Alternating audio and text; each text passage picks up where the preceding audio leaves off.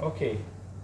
Good morning, everyone. Welcome to Is Your Business Ready for ESG and a Carbon Transition Plan? But the formal title is Sustainable ESG Strategy and Business Transformation. So that's what the title says. What we're going to do is that we're going to run through ESG in a very broad manner in the beginning. Because people usually say that they want to learn ESG more in depth. But then if you don't have the foundation and why we are doing ESG, then it becomes very technical. But if you know why, the learning of the technical becomes easier and quicker, okay, in the future part. There are some case studies that are, some of you from aviation, is it? How many of you from aviation industry? Okay. So some of you from aviation, some of you use aviation. So we are all from aviation in that sense, okay? So some of the case studies here are for aviation, some of it is non-aviation, so we can jump a bit between aviation case studies and non-aviation case studies, okay? There are a lot of slides here that are specifically developed for the aviation industry, but I can tell you that you can use this for any other industry because it's teaching you concepts and ideas. So, in fact, it's more technical, so you learn more, and which you can apply for other areas. Okay, so my name is Ganesh. I'm a professor at the University of Nottingham. I also like to teach, so I do this. I got a couple of years experience in sustainability. I teach sustainability too. So, welcome to this program hosted by MIM. All right. What we're going to do is that we're going to spend about 40 minutes to give you an introduction and then some quick introduction into the learning objective as to why we are doing this. More than other programs, ESG, learning ESG, understanding ESG, practicing ESG requires for you to understand the fundamentals of ESG. There is a person in the US that doesn't believe in ESG. He doesn't like ESG. He thinks it is not real or doesn't want to focus on ESG. Anybody knows who the person is? He doesn't believe in anything else but himself, I think. But you don't want supported him. Elon Musk supported him. Everything got all. You signed here all my approval contract, and I get that. So that itself shows how unreal their relationship is. Okay. Elon Musk makes money from ESG. Anyway, because especially on battery and so today we're going to learn ESG in two parts. Okay, one ESG is for us, and one ESG is for the business. I really been practicing ESG, teaching ESG, and I always feel that if we don't know ESG from an individual, I do think that we will go to a part of this world that is not going to be very exciting for our future generation.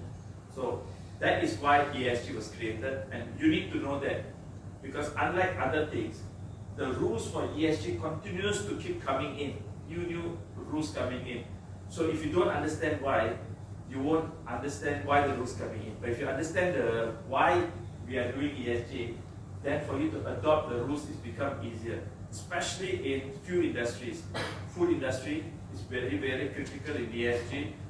Aviation industry is very critical. Oil and gas, for example, and transportation is very critical. So I'll share with you why we need to do that. We will do Module 1 and Module 2. Module 1 is a bit, an introduction, it's a bit easier. Module 2 gets a bit heavier. Module 3 is about 2 hours of very extensive slides, but then you do about 1 hour to 1.5 hours on a case study. I like doing case study because it allows me to allow you to practice what you're learning. So we'll do a lot of case studies. During our case studies, I would like you to use a PowerPoint, use a slide, discuss your point, and actually do presentation. Okay. I don't like lecturing too long. I like to do case studies so that we can discuss and you can practice understanding ESG in a more practical way. Tomorrow morning, we'll spend a couple of minutes to recap. Then I'll introduce you the ESG framework, which is very important. This one means there's some videos inside. And then we do module 5, which is strategizing. The whole of tomorrow afternoon is basically doing a case study on ESG.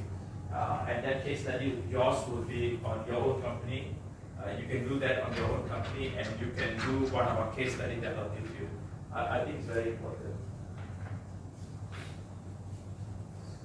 Some participant I think will try to. ESG is such a popular topic. Oh, nak masuk dalam tingkat pun.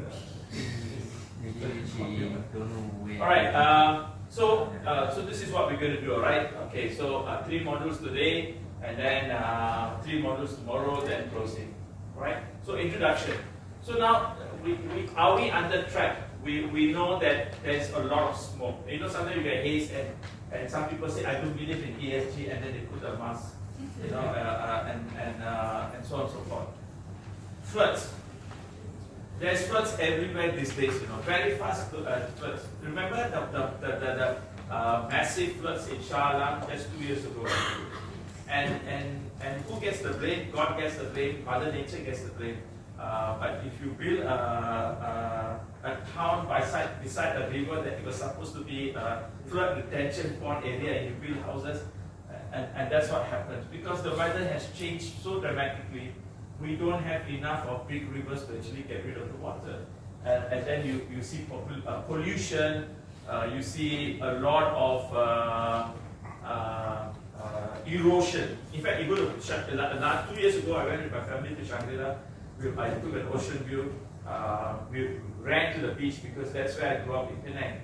But then when we reached the hotel grounds, there is no more beach. The sea has come all the way to the ground. And recently, apparently, it's already reached the pool. So very soon, the pool will turn to a saltwater pool, I think, because of erosion. And then, of course, you got coronavirus, which is very dramatic, and of course, people can blame a lot of things. But now you've got all sorts of different diseases that happen so fast. When we were growing up many years ago, no one has heard of influenza A, B. In a few years, they will have A, B, C, D. You will have a number like that, no? A, B, B, B, C, you know. And it's happening so dramatically. Then pollution. Pollution has come to a point so dramatic that people living in PJ these days, if you drive around, like in my house, I have 2,500. I have 2 water tanks on top of my house. And then last year, I installed a 3,000 liter vertical tank because sometimes you got no water supply. And we get no water supply not because there's no water. It's because you got pencemaran, the river, where the water intake. I'm sure you all got impacted, isn't it? And the reason why is because the main intake for our water for Petaling Jaya Klang Valley is from Iceland. Sungai Selangor. You know Sungai Selangor? Yeah. And it's the most important river. But guess where all the new industrial center is built? It's beside the river. Where you think that the dirt goes inside. So I don't know why. I wouldn't build a factory beside the river where we will drink water. But for you and for me, most of us, we don't have water. Maybe we buy water or use water tank. But do you know that people who have restaurants, 2 days if you close the restaurant, their profit for the month is gone. I got friends who have restaurants in Shah Alam. They said to me, Habis, 2 hari, if 2 hari no water, for that month I don't have any profit. So for a lot of other people, it's very, very significant. So these are very difficult times, right? It impacts it. So the point is that global warming is expected to reach a dangerous level of 1.5 degrees Celsius by the year 2030. If the global average temperature increases by 1.5 degrees, right, that's 24 degrees, assuming, okay. If it increases to 25.5, that means 1.5. Average in the world, the entire ecosystem of the world will change forever. There is no patah balik. It's very, very difficult to reverse it. Of course, some people will think that, oh, Malaysia, we are safe, okay? We are not. Because you can see already the weather pattern these days is already changed. And these days the rain, have you seen rain like this when we were growing up? These days the rain is very, very, very heavy, and then the lightning strikes is more significant. The ocean currents will change because the way how Remember when we were young, we learned about the ocean currents, the warm currents, the cold currents. That will change, and when that changes, the water and the sea current changes, the food that we get from the sea will also diminish. Cayman Islands these days, when you go, you have to turn on your aircon in your room. Those days you don't have aircon in your room in Cayman Islands. These days you have to have aircon in your room because the weather has changed. The size of Kobe's in Cayman Islands has reduced. To increase it, they put a lot of chemicals. That's because the weather has changed. So it has a very dramatic change and it will impact us in a very, very significant way. And this is average in the world. It doesn't matter whether you're in Malaysia, Australia, or America, everybody will be impacted in the world. Alright?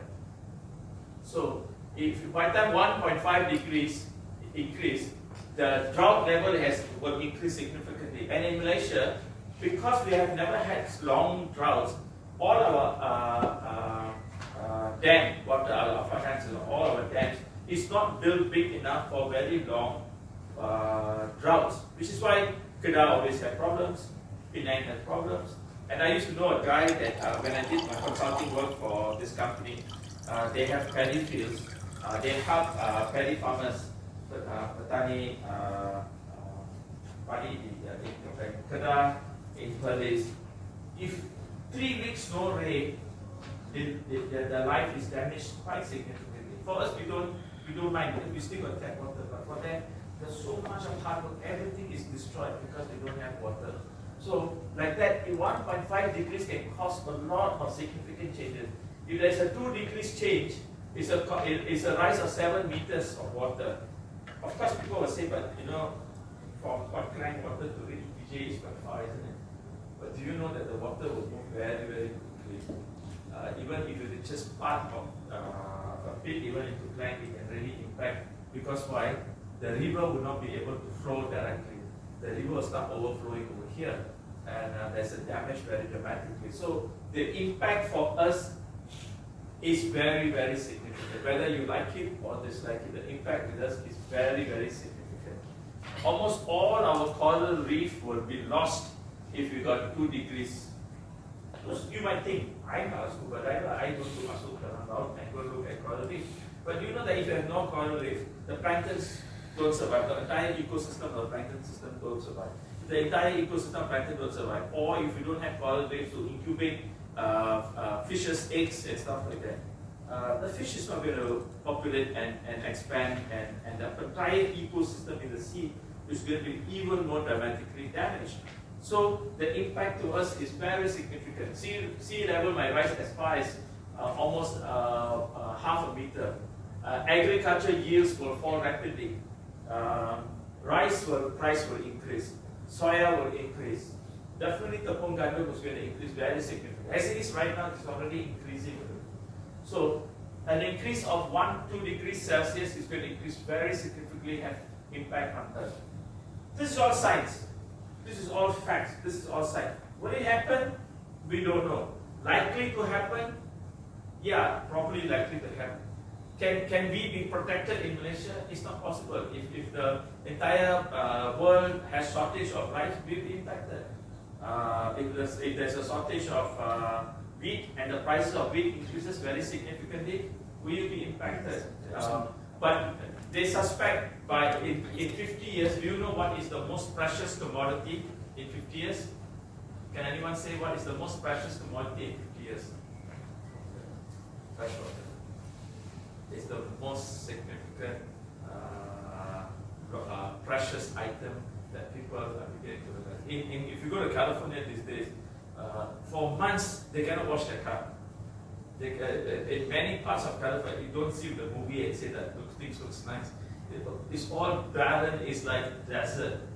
You go to recently, my wife and I went to India. There's a very famous river. Okay, you can actually walk across the entire river. The only time the river will have water is they release water from the dam. They actually block the river. It's a Kaveri river. It's a million years old river.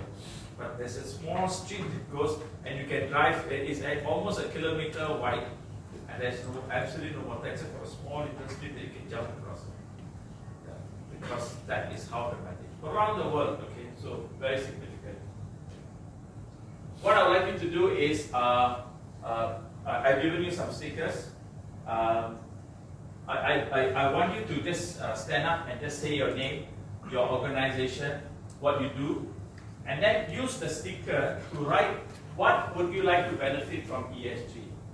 Maybe you want to it's part of your job. Maybe you want to learn more ESG in terms of how you can impact your life, or you want to know what is the rules and regulation on decarbonization will have, especially in your company. Decarbonization is a great challenge and also a great opportunity for you, or in your companies. So rules is going to change. Rules of plastic is going to change. There's a lot of SME companies these days are severely impacted because the products don't meet certain ESG requirements, especially in scope 3, and their products cannot be exported to many parts of the world. Factories in Negeri Sembilan, just 2 weeks ago, one of my clients' factories he had to shut down his factory for 4 weeks because some of his documentation for decarbonization is not up to date, and his product got stuck in Rotterdam, in Netherlands, millions of dollars. We told him many times, you better impose and start your ESG. He didn't start the ESG. And the MD has to sign, and these days when the MD signed your declaration for decarbonization, it's a crime that is punishable by law. It's a crime which they can actually subpoena you and also jail in certain parts of Europe if you don't declare your decarbonization or a net zero transition plan, and then you contain products that is harmful to the environment, or you have certain social practices that is not what people would want you to do. It's no longer about you cannot penalty. In certain countries, especially in Germany, in Netherlands, you can actually be tried and charged in the court as a fraudulent act, which is punishable by jail. That is how serious and consequences takes it. So what happened? The MD don't sign it anymore. He asks his junior staff to sign. Anyway, that is the change. Okay, so can you just take a piece of paper, just write what is that you want to benefit from, and let's stick it here. Let's come and stick it here. Okay. And then after you stick, we sit down, then you just say your name, your organization, and what you do. Okay?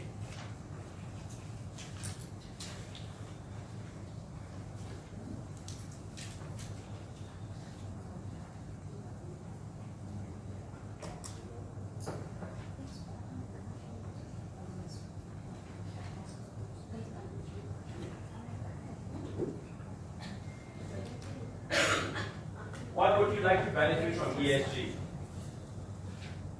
E stands for environment, S stands for social, and G stands for governance.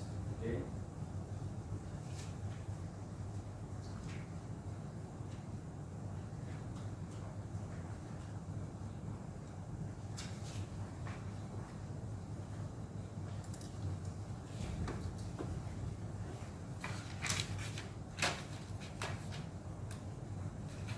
In fact, this hotel practice ESG because they give you glass and you have to fill the water, it's giving you the mineral plastic. Yeah.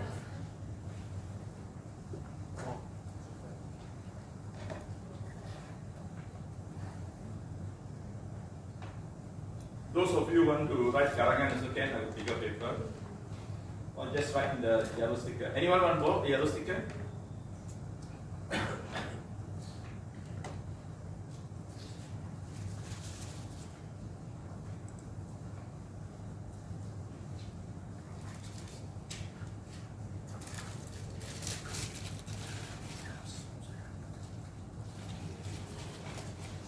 Okay, shall we start introducing ourselves? While we introduce ourselves, maybe one by one you all can go and put your sticker up there. Can we start from here? Introduce yourself, what you do, and then what is that you want to benefit from. And then take the sticker and do it here. Put the sticker up here. And then quickly introduce yourself here. Here's okay. Yeah, my name is Dahlan. I'm from the aerospace technology. So I do the aircraft maintenance What do you want to learn from ESG? First time join this club. Okay. First time this club. Be very nice to him. If you want you to sampai selamat at your destination, he's the one that take care of all the Airbus first. Sometimes the aircon not very cool. It's the thing. The seat cannot settle. Is there a way how we can make? Which Airbus did you for? All Airbus? It was 380 or so. 3 one time, 320.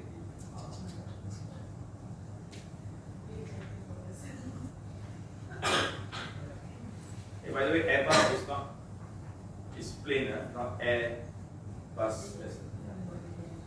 Okay, my name is Ganesh Nadarajah. Huh? Ganesh Nadarajah. Okay. And I'm from Aerospace Technology Nadarajah, and I'm a HR executive for training soft skill and discipline. And benefit from ESG is I want to comply with the regulation Okay. and give awareness by training how important the ESG to the future life. But you're not engineer lah, in Airbus. That means we can bully you a bit. Assalamualaikum and good morning. So my name is Johan Bima Erdi. So I'm from Aerospace also, together with Rizman and Bernadette.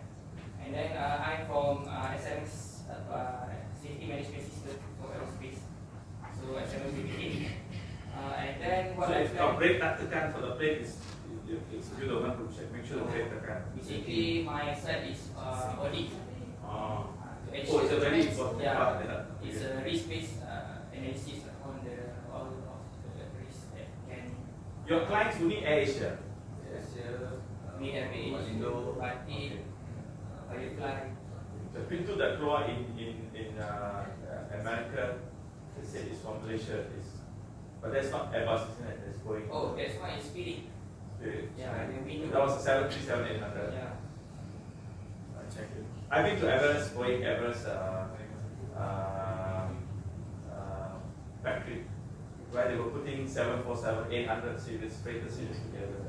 Spent 2 days there. The factory is so huge. I think it's bigger than the size of Totalita. Yeah. One factory, it's huge. Very huge. Okay, you. Good morning, everyone. My name is Moon, and I am working in Generali Malaysia Insurance, which is a general insurance company. So my role is a compliance officer. So my role mainly is to ensure that the company operations is according to the rules and regulations requirements set up by our central bank, Bank Negara Malaysia. Because Bank Negara Malaysia nowadays they also quite focus on ESG, where they have actually rolled out a couple of policy document where they require all the members to adopt. So what I wish to learn from this ESG, of course, I need to know the principles of the ESG. How do we know about principle, and then how do we can help the company to make sure that we are able to abide with the law and regulations set up by Bank Negara. Thank you. Get discount for house insurance. I can introduce the intermediaries. That means cannot lah. Standard. Yes, sir. We are bound by the commissions. Hi, I'm Nolia. I'm actually coming from the same company with Moon, from Generali. So basically, I'm the legal compliance officer also.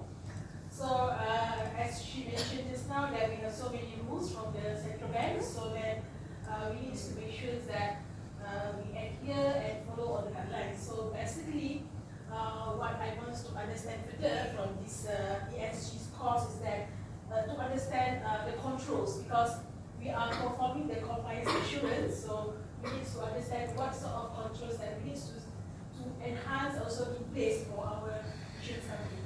Thank you. Hi, good morning, semua. I'm Diana. You're the one that's not Mariah, there is no. I'm from Institute Kepala Negara, INSCAN, a government agency. Intan, you're from Intan. INSCAN. Intan. A government agency under Kementerian Pembangunan Usahawan dan Koperasi, KUSKOP. So, my team, so we... Awesome. So we conduct trainings and coaching for micro informal entrepreneurs here in Malaysia, and our team specifically we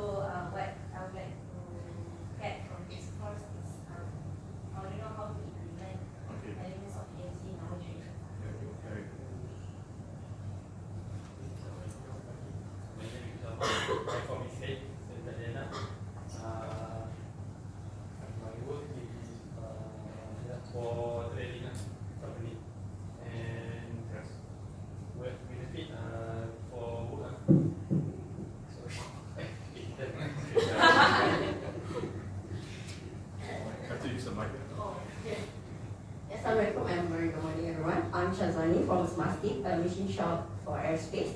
And what I do is I do for business development and also PIC for ESG in my company. And Which company is this? Spirit, as Smart Stick. Huh? Smart Stick. Smart Stick. Smart Stick. We do machine shop for aerospace. And then what we benefit is right now in training we aim to do accounting for greenhouse emissions, also part from ESG. So from this training, maybe we'll get something that I can implement in my company. Okay, very good.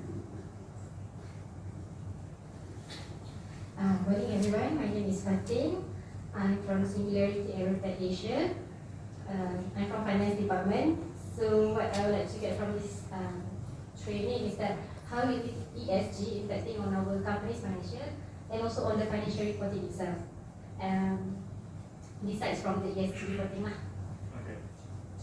But you know, financial reporting is a 3-day course or a 5-day course. So this is to give you for you to understand about the business so that your financial reporting can meet certain requirements. But the training for ESG financial reporting is a separate 3 days course or 5 days course, which I sometimes teach, but I don't teach so much. Don't like finance so much these days. But yeah, you would learn some aspects of what it is here, but this is a more wholesome ESG about how to manage ESG in your business and adopt it as it appears, as opposed to actually learn how to do reporting. I just want to be very clear about that. ESG reporting is a 2-day, 3-day course because why? SC requirements is separate, and the accounting standards is different. The various international accounting statements, like SAS comes up with separate statements, FASB comes up with separate statements in the US, and so we will cover a bit of that, but that's a separate topic altogether. Right? Okay, good morning everyone. Oops. Okay, good morning everyone. My name is Azhar. I'm from company Singularity Aerotech Asia, Sdn. I'm an HR practitioner, and what will I like to benefit from ESG is to understand better about elements of ESG and what can I do as HR representative to ensure HR regulation in my company comply with the ESG requirement. Very good. Which is very important, especially in the S part of it, in social part of it, because of the new laws requiring specific requirements on actually labor protection, which government has already signed tariff and it's going to be part of that policy requirement over the years, especially on the minimum labor pricing, human rights and stuff like that. So it does have impact on a lot of labor requirements. Assalamualaikum and very good morning to everyone. Thank you to Mr. Ganesh for having us today. Thank you to MIM for hosting this training for us. My name is Arnav. Please pardon my voice because I just recovered from COVID. This was my 5th time of having COVID actually. So can we set a table for him? But surprisingly, you like COVID or COVID likes you? I know, maybe both ways. This time around happens to be my fastest rate of recovery, only 3 days. By the way, I'm from Singularity Aerotech Asia. In short, it's SAT Asia. I think you mentioned to me that you are familiar with our company. Yes. Maybe I haven't seen you before because I'm actually from the aerospace division. Yes. So we got the aerospace. I design planes. Sorry? Oh, just kidding. I design planes. So actually, I saw you actually designed the landing gear for the A380s, isn't it? No, actually the part of the spar attachment. So spars are basically the sort of the spine that runs across throughout the length of the wing. Okay. So basically what we do is as I mentioned, we do aerospace engineering design services. And part of it also we provide tech solutions which probably you are familiar with. Yeah. So we provide IoT solutions for agriculture and industrial applications. Okay. So with SAT Asia, I'm part of the program management office under the aerospace division. And why I'm here today is because I want to expand my knowledge base on ESG. Our company has officially embarked on the ESG journey. So actually the three of us are part of our ESG committee, and we would like to know what are the things we can learn from this training today to further expand our horizon on ESG journey.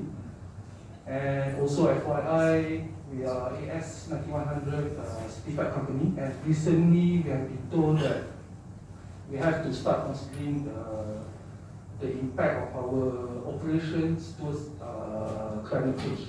So ESG topic is pretty much something very crucial for us to, very important for us to consider nowadays, and we cannot be left behind in order for us to be competitive in the industry, especially globally.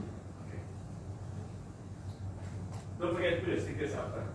Some of you have not jalankan diri.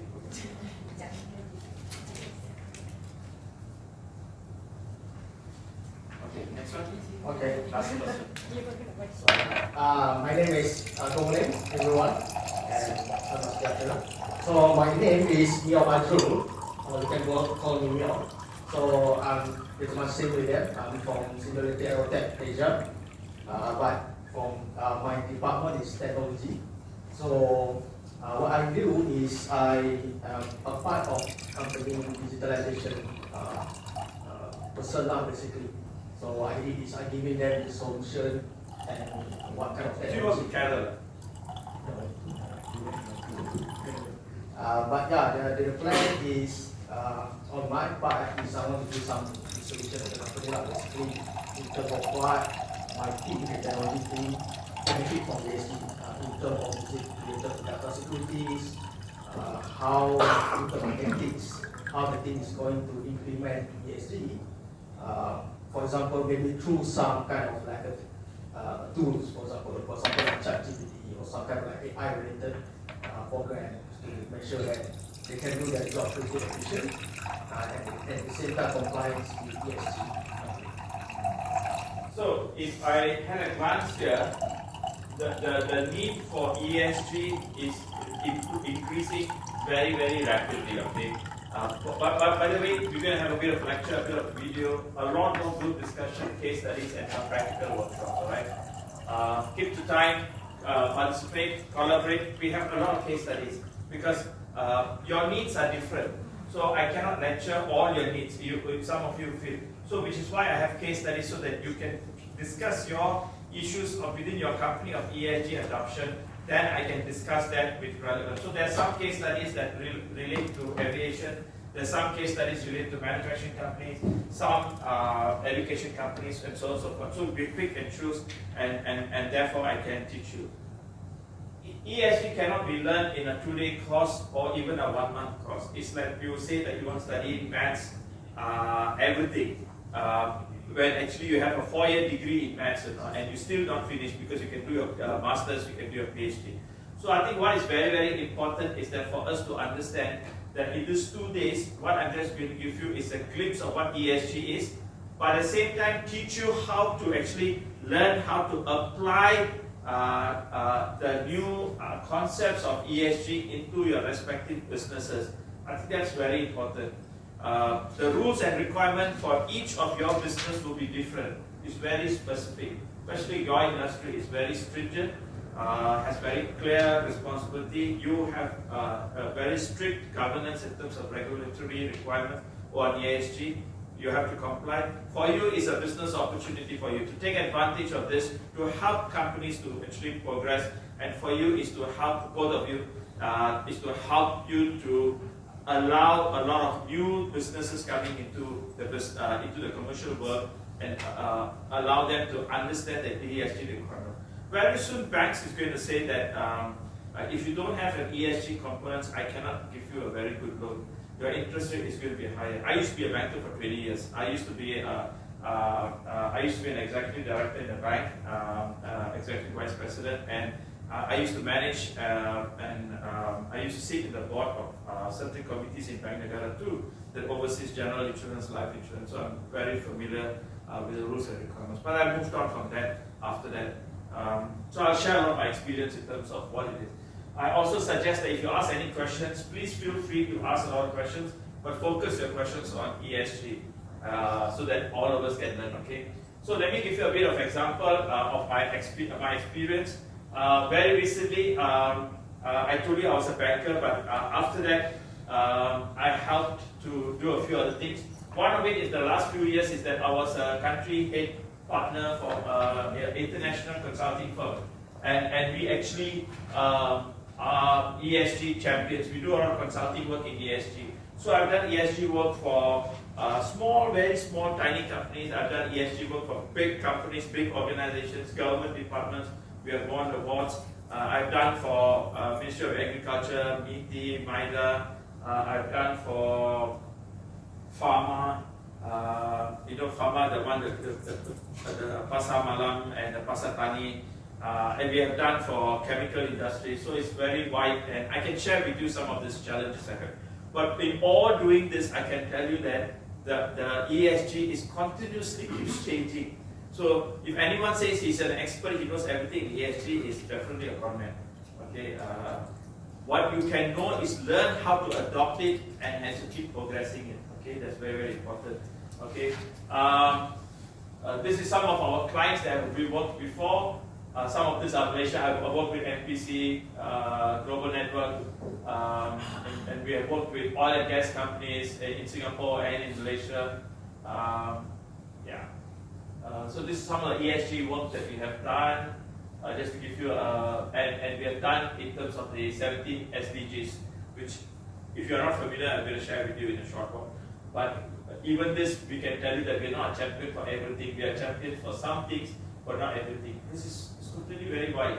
Every business is going to become compliant to ESG. So someone say I'm expert in all this field, it's very difficult.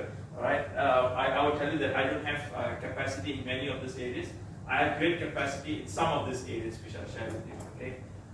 This is some of the work that we have done around the world. So this is me. I currently teach at the university. I teach strategy. I teach sustainability. I teach innovation in strategy. Innovation in sustainability. I was a country advisor to Eden, which is the previous one. 34 years track record, working experience. I used to run a consumer bank. I was the EVP of a large management bank, a leading banking group in Malaysia for more than 20 over years. I was also a deputy group CEO and executive director of fintech company and Sharia company, and that's where I got to know Hafiz and Fauzi. In fact, Fauzi's mother's Talika is beside me in my house actually. Anyway, it's not related to this, but I know your colleagues. Previously, Farm Fresh. Have you heard of Farm Fresh? The best susu? Yeah, after I left the bank, actually, I was working Farm Fresh for almost 3.5 to 4 years. I helped to list the company actually. So 4 years. So from bank to the book. It's quite an interesting thing. In the bank, you can tell people how to work to get KPI. In Farm Fresh, I have to sit down and motivate the group. Yeah. By the way, the group, they are very caring, very understanding. Some of them have become friends. They will see me and they'll come running, And I feel that I have a lot of stories about sustainability and ESG from Farm Fresh, which were very, very strict and became very popular. Before that, I was working as a consultant, and that was my degree. So I used to work in Arte Anderson, and then I worked in a company called Tegara, and this is some of my project. IMU was my project. This is a big integrated cement plant in Aceh. I won't go back to Aceh now, it's very dangerous, but this was 30 years ago, I think. In Aceh, you do something like Sebat public skinning. Padang is also bad. Aceh is very strict. I think carton manufacturing is the biggest in Malaysia. This is the Damansara Specialist Center, was my project. We did shipping and stuff like that. So I did this for about 10 years of my life. And then I was in MBank. I was the face of MBank during 1MDB. I was the official spokesperson. And prior to that, I was running the retail bank. So when somebody's wife was buying handbags overseas, the credit card defaulted, I had to approve the extension so people can buy handbag. So I have Badan Cerita, but it's not during class Cerita because it's being recorded, I can also do it. But in handbag was exciting because every other day when I joined and I became the spokesperson, I was running the bank. Every time we come out the newspaper, my mother used to call me, she'd cut the newspaper and tell. After that, she got tired already. I used to come out a lot, and that was a different, very exciting. This is the current MD. This is Dr. Sulaiman. This is Jamie. So it was very exciting. I won an Asia Pacific CFO of the year for the bank for Asia Pacific. So that was a great achievement for me. I was fat then, you can see it was very prosperous, the bank. This is my farm fresh. This is my best time. This is my best friend. She's very nice. And then somebody asked, how you know is she? She gives milk. How can you make give milk? I've taken banks to, I took my friends from CIB to give loan in farm fresh. He said, hey, why all the lucky you need, you have? I said, this is cow to get milk. He said, what about the male one? He's going to ask your mother. Anyway, this is Farm Fresh. This is all my project. And when I joined Farm Fresh, we had 600 cows, small company, family company. My job is to turn around and make it into a big corporate and IPO it, and we did. It was the biggest IPO and was most successful. But it's some of the best friends. The reason I left is because they went into beef production and being a Hindu, I cannot be part of that business. So we had to say our goodbyes, but we remain very good friends. So this is Azmi, you all know him from more in Astro than anything else. This is the owner of Farm Fresh, Lloyd. A very good friend over 30 years. That's his wife there. Yeah, that's there. Yeah, and that's the Khazana, the Khazana investors actually. And now I have my own company called Sustain Shift Ideation, Sustainability and Shifting Mindsets. This is Eden Strategy, so this is what I do right now, and that's our team in Singapore. That's my team in Malaysia, and my part-time. This is my best friend. This is my wife who's sitting there actually. It's my son who just started medical school. But my favorite most job is this one, play drums in a club. Because ladies like drummers. So once in a while, but I really love to go do social work. And that's what we do. We do a lot of social work. And of course, Arsenal is the best team in the world.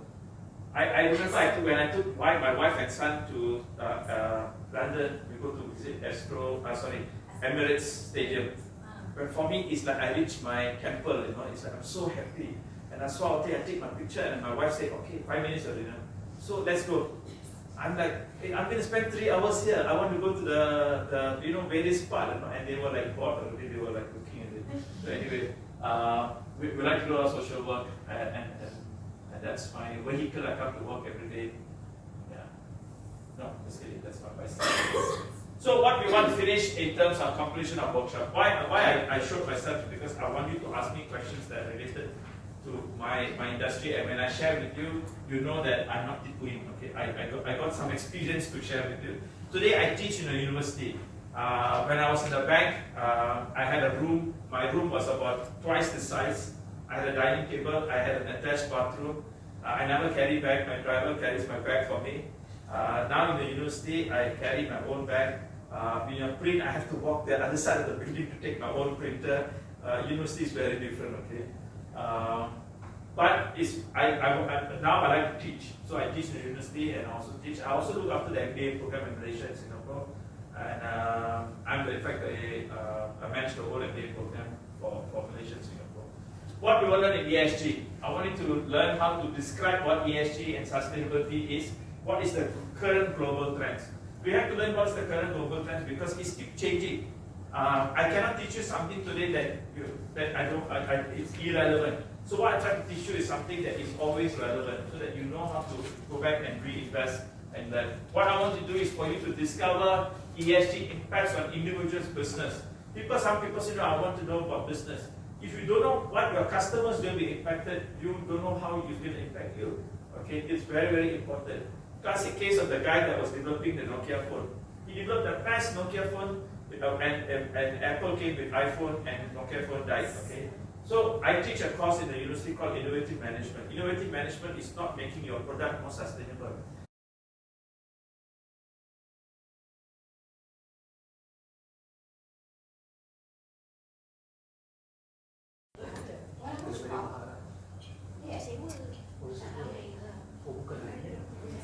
Okay. So we heard about how's lunch, okay? They focus on sustainability, so they let you wait for the food for a while first before they can. They're trying to sustain their profit. Okay. Let's do a recap. Okay. So in the morning we learned about the importance of ESG because it's about ourselves. It's about the environment. It's about the world. Then we realized we also need to understand the more detailed aspect of ESG because ESG is just not about green plastics or yellow box or those kind of things. It's very specific in terms of role and requirement. We also learned that each industry has very specific key aspects that we need to understand and appreciate. We learned some of these things about importance of real estate agencies, banking, insurance, aviation industry, health industries. And then we also learned why we need to do this. What is the expectation? Because stakeholder expectations. We also understand about regulatory compliances. Everybody working in a way that they seem to indicate that there is no loophole available anymore because there is pressure coming from all directions. So there are some people still, in fact I have some colleagues, some very senior people say, oh, this is just a Western world, have an implication and it's a Western agenda. I think it needs to be evaluated in terms of what Western agenda has to impact in terms of you eating a fish full of plastic or your size of your Kobe's has come smaller. Whether or not, I don't think the Western agenda is so small they can influence the size of your carrot and your Kobe's, okay? Or the air that you breathe, you know. If you really don't think it's a Western agenda, you shouldn't have nano air condition or air filter in your house, right? You should be able to breathe nicely. Why are people now driving EV car, expensive EV car? Because I think that this is not a Western propaganda. In fact, the Western world are not doing so well themselves. Actually, the Asian countries are doing better.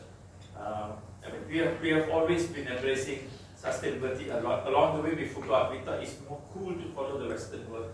But if you go back to our old style, the way we eat, the way we kenduri in the kampung, you know, we used to stay in our house near the kampung, how we save one another, how we gotong royong, how we actually pack our food using leaves and then use plastic on top. We were actually living in a very sustainable way. In fact, if you go back and you see how our nenek moyang used to live, or if you go back, they actually were practicing things that were a lot more superior. They were eating a lot more healthier food, they were using a lot more biodegradable things, you know. In fact, if you go back even to our Indian culture, a lot of our food stuff, everything is all using back traditional things, which never used the plastics, never used a lot of other things, you know. So it's not a Western propaganda, it's actually finding our own rich culture that was definitely they were smarter and richer in the tradition. Then we learned about the importance of understanding the governance aspect of it because it's very important. So we did this case study to actually show you, to demonstrate to you each aspect of ESG. Your perspective is important, but you must understand the perspective of others. For example, same case study, their answer is different from your answer. Because why? You have different expectations.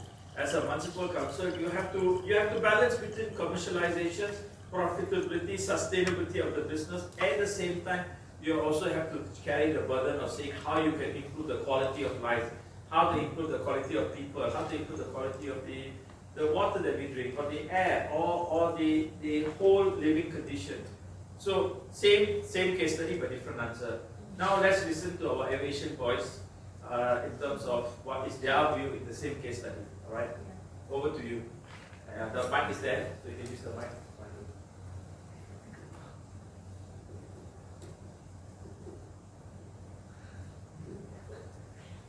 Okay, good evening to everyone. Okay, so from our aviation support company perspective, so in the organization point of view, so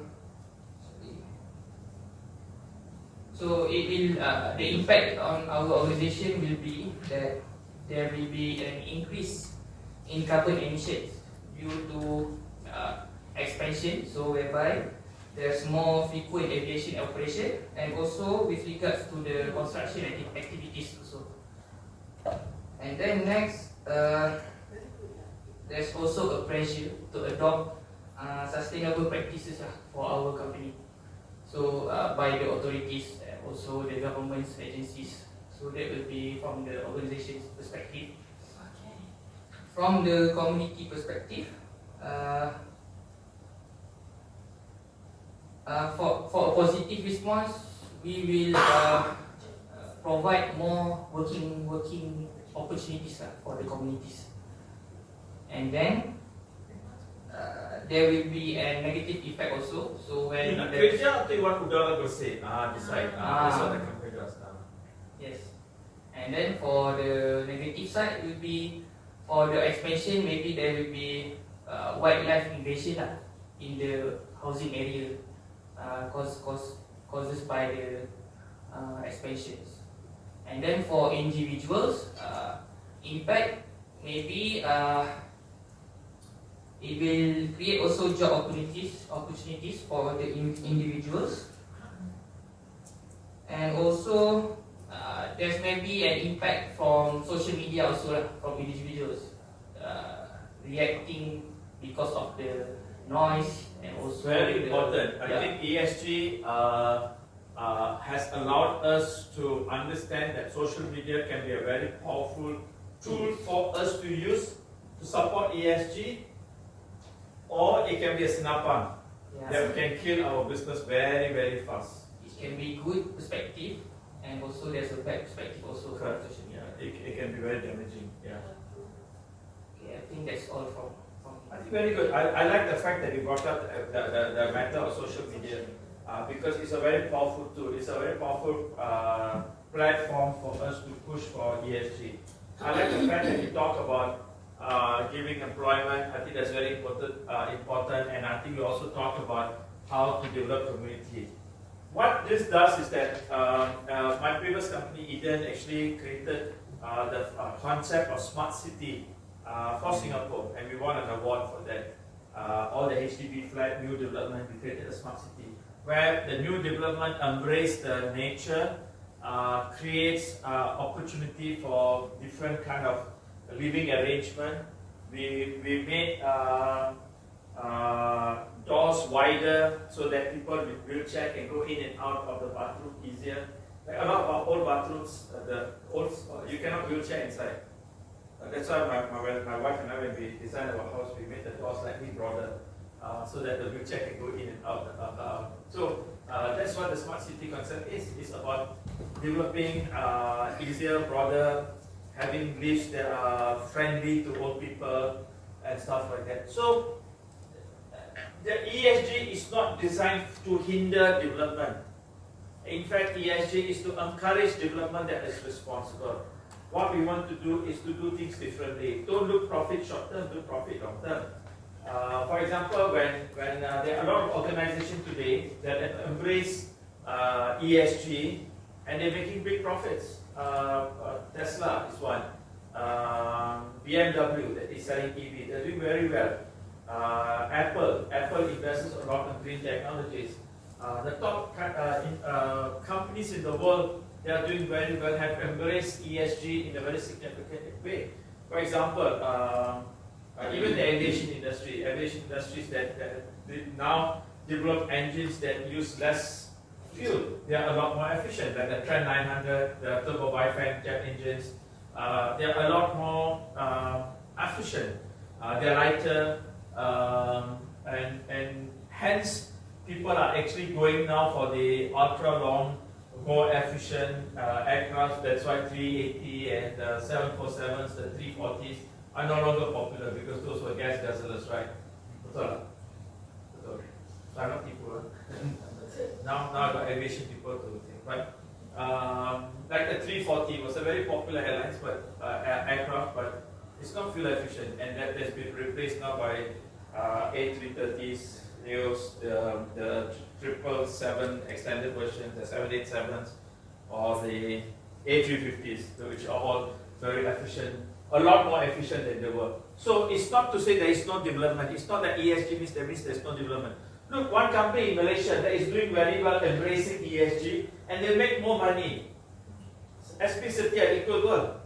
They actually now do houses with a lot more parks, more greenery, and people are paying more money. Their apartments are doing much better because it's the design concept.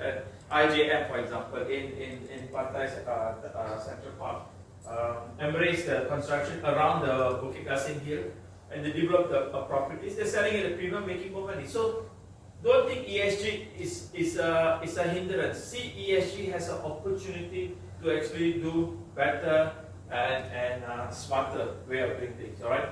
Now let's move on to module 3. Is to learn how to identify ESG elements in our business. I think it's very important to know what is ESG elements in our business, and we must learn how to prioritize them. Okay. So what I want to do is that I want to teach you about how ESG influences your organization, developing ESG agenda, what is the 5 critical focus areas, how it impacts our financials, spend a bit time about risk, and how to assess material risk factors, which I think is very, very important. Okay, this is a very important key topic. The first 1 hour I go very fast, then we go for break, we come back, we do a case study, right? Comprehensive assessment. How to identify ESG elements in a business? You must start with first doing a very comprehensive assessment. You must know exactly how to develop an assessment. People tend to do actually very marginal assessment, or they focus on just on ESG reporting, or they focus just on meeting import-export document requirement, and that is to be very dangerous. You have to look through and actually start an entire true ESG element, almost like if you have a headache every time the doctor says, can I do a full checkup or not? They just won't give you Panadol because there could be another issue with you.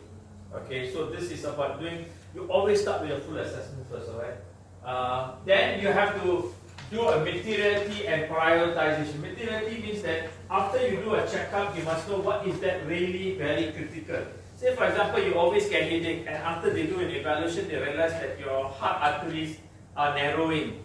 Do you think the doctor will focus on your headache or the narrowing arteries? Narrow arteries. So materiality is very important, because for materiality then you prioritize. And you said the doctor promised, don't worry about headache, I give you later, but let's talk about your prioritization, about your heart first. So ESG, sometimes what happens is that the bosses say that you just do this project, but it could have many other aspects important. So it's always very good to do a full assessment of the entire business first, then do a materiality assessment to learn how to prioritize what we need to be done. Then you have to learn how to integrate to the operation. Like I told you, there are some companies start project and they say, okay, you are in charge of ESG, how many people you need? For 4 people, they start project.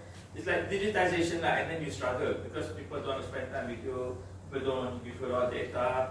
Engineering will complain to procurement will don't want to work with regulatory department, purchasing department is different. You have all these challenges that will come in. Actually, you cannot. You have to operationalize ESG. It must be part and parcel of ESG. It's very critical. And finally, stakeholder engagement. Who you need to inform? Stakeholder is not shareholder. Okay, stakeholder can be customer, can be a supplier, can be your business partner, can be your building owner. If you are in a building where the building owner doesn't want to comply to your ESG, your compliance to your ESG requirement to send to Europe can be impacted. Because they ask you, are you in a green building? We're not sure.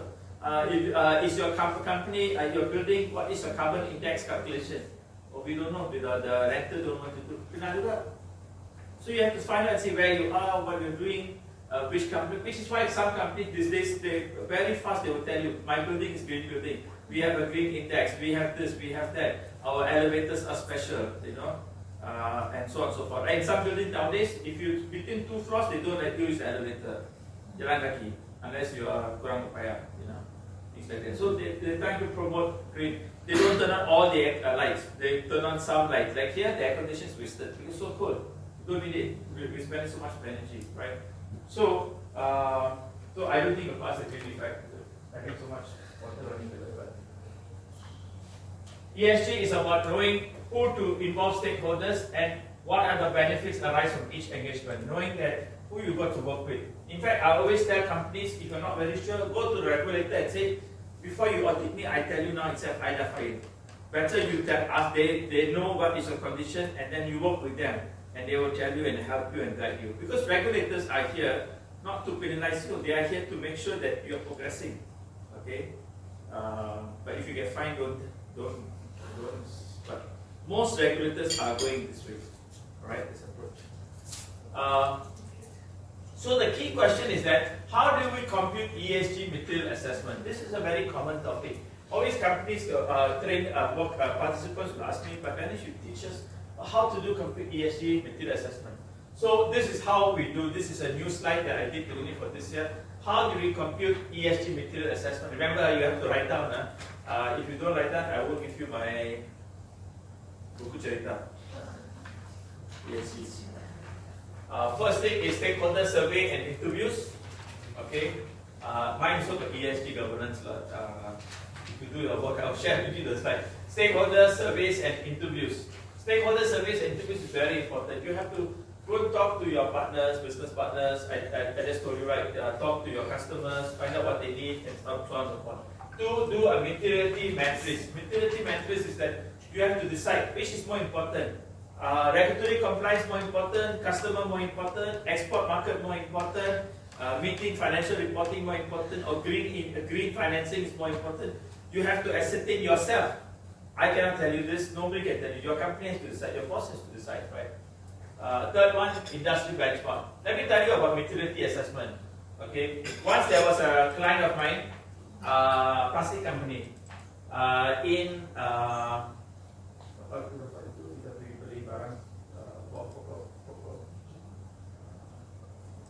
Sunabulu.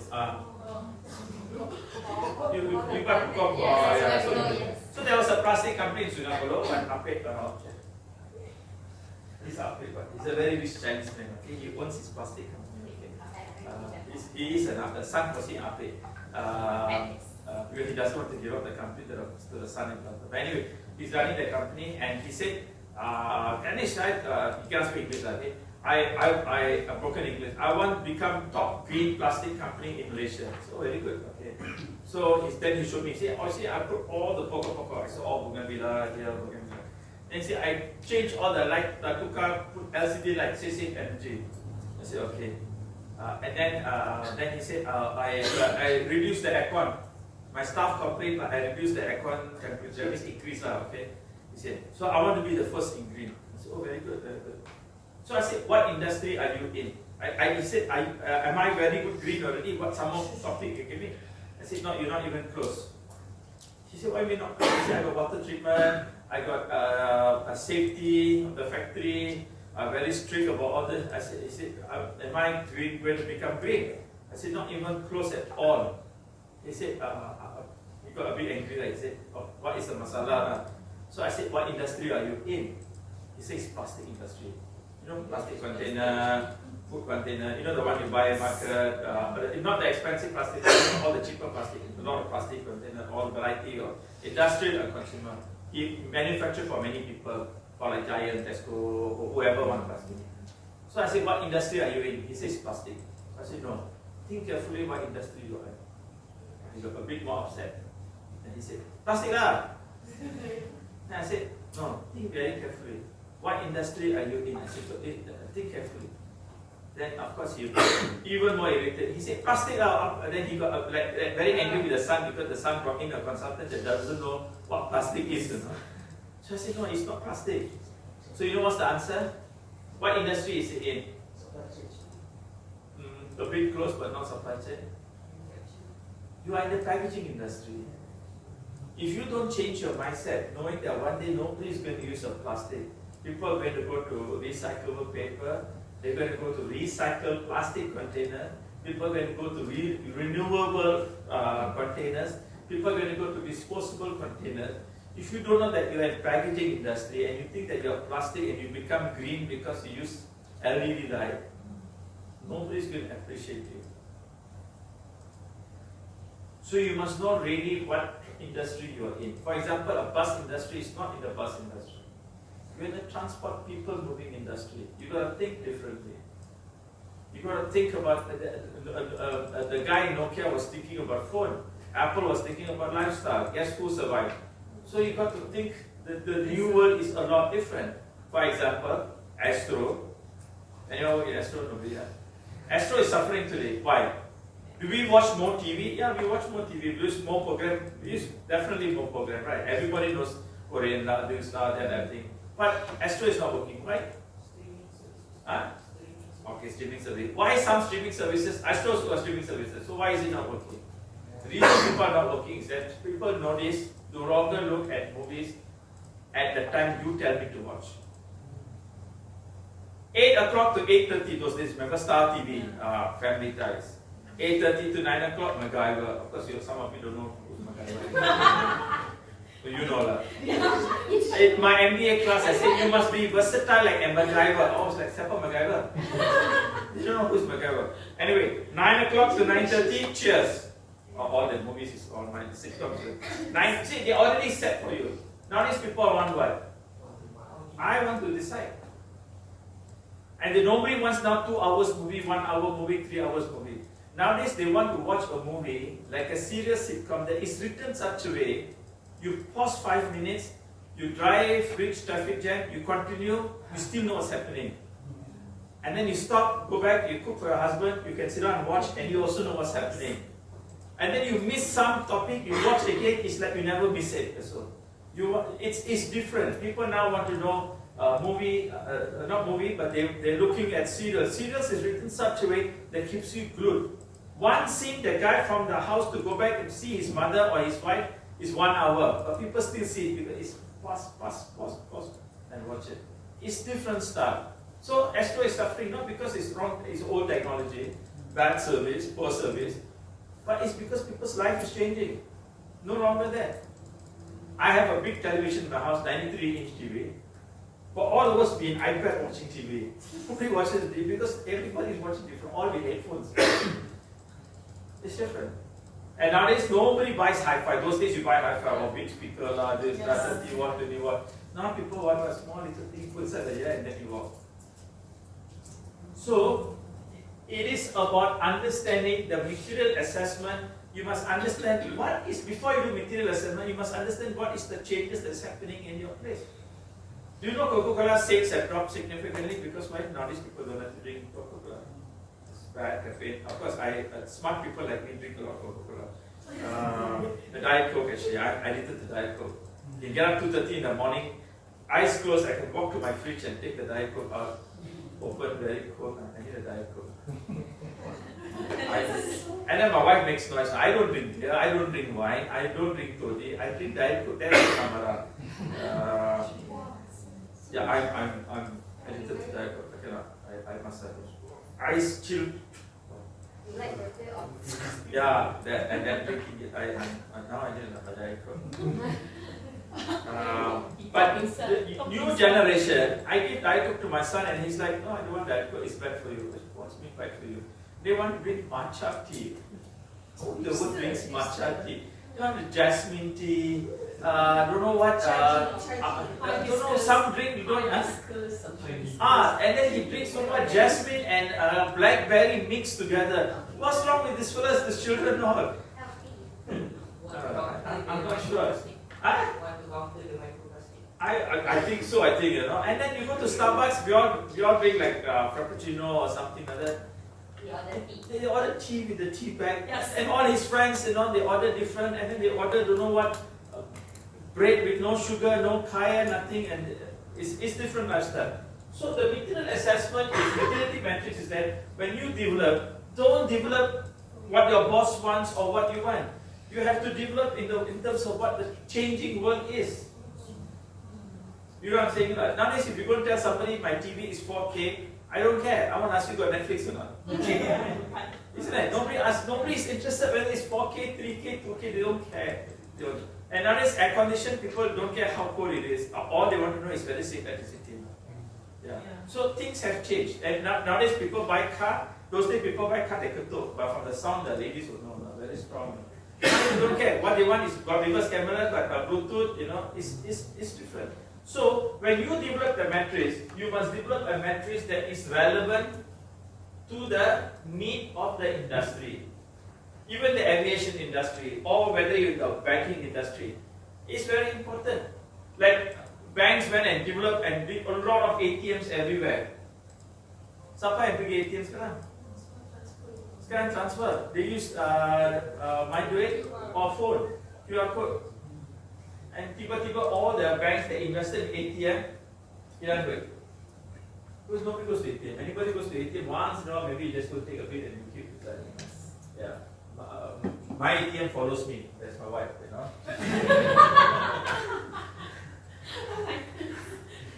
Because nobody uses ATM. Everything is touch and go, or watch. Now even watch can pay. You know. Very soon it'll be thumbprint. You know. My point is that if we develop a matrix and say the number of ATMs we have, who goes to ATM? Nobody does. Even the robber doesn't wait anymore at ATM. Because not up to already.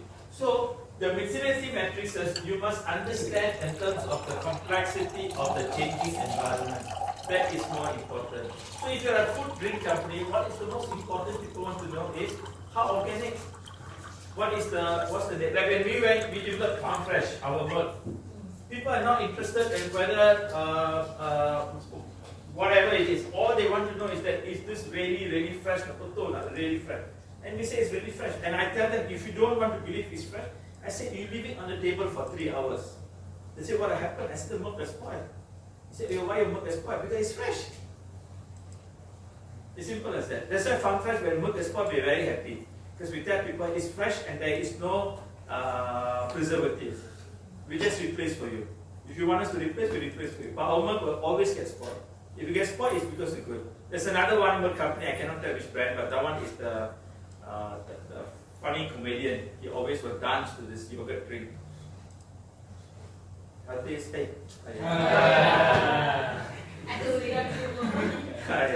You know that funny joker? He always will dance to the Caltex drink.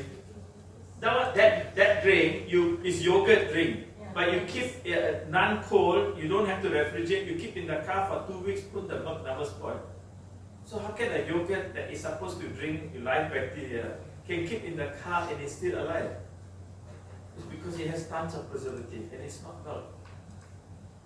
So coming back to this, material assessment is very critical for you to understand what it is. Right? For Farm Fresh for us, it's very important why people come to Farm Fresh. For example, people lactose tolerant, intolerant, if they drink milk product, what happens? You sign contract with Indah Water, isn't it? Betul kan? Why people who got diarrhea or lactose intolerance drink Milo, nothing happen? Because there is no milk in Milo. It's simple. Why people who got lactose intolerant drink tea ice made from condensed milk don't get tummy ache? Because there is no milk in condensed milk. It is just creamer from palm oil, some chemicals, and tons of sugar. That's it. That's why we have edited to Milo ice. Because what? That's another favorite. Very cold. You remember the cold Milo ice with the van. My point is that you must know what is the material matrix we purchase. Nowadays, Milo ice, no Topaya Q, not many people go and drink these days. Because why? People are becoming more health conscious. And then they change with Milo dinosaur. Wow. Milo dinosaur, you drink a lot, you yourself become dinosaur and extinct. Industry benchmark extension is very important for us. Once we have developed the maturity matrix, we share with our industry partners. It is important to find out who are doing what are they doing, so that we can share information. In fact, it's very common as a consultant, I actually get more than 1 or 2 companies to say, why don't you work? Because you will find something that he is not found, he's found something, then you compare and share data. Say for example, a bank branch, okay, or an insurance company, you want to look at the carbon footprint of your branches. Say suppose you get index of 5. So, index of 5, good or bad? Don't know what. How or I still don't know. I mean, I would know because I have industry standard. But if you ask one consultant who has never done this, I don't know. Yeah. If like someone does something for the first time, for example, your wife cooks something for the first time, or after cook, bagus tak? Mana saya tahu? If you show me a few then I can tell you, isn't it, whether it's good. Of course, we always compare with our mother's cooking now. Of course, you always review the life changes, right? So, when you identify material risk factors, your first thing you have to do is look at environment factors. For example, carbon emission, fuel efficiency, noise pollution, waste management. This for a bit, I added some aviation issues here also, right? Recycling of aircraft parts, where you want to keep, that can be a part of your business too. Biodiversity impact near airports and operational hubs and stuff like that. Do you know that in Europe there was a company that was doing very well in ESG, but they were impacted by a severe lawsuit by the shareholders because apparently one of the chemicals that went into the water altered the way how the fish survived, and apparently as a result the fish live longer. Because the fish live longer, because the fish, it's a chemical company, became stronger, the fish start eating other fish. So the equal balance dah rosak. Itu pun salah. Ya. Bukan Kirana lah. Pirana di Malaysia kok banyak, berjalan sini, berjalan sana. Take a lot of money, Pirana yang lain.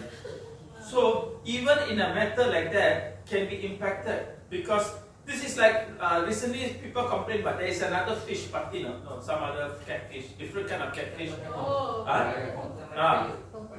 Bandaraya. Ya, ini bukan potong pokok ya bandaraya, ini yang lain. Ya.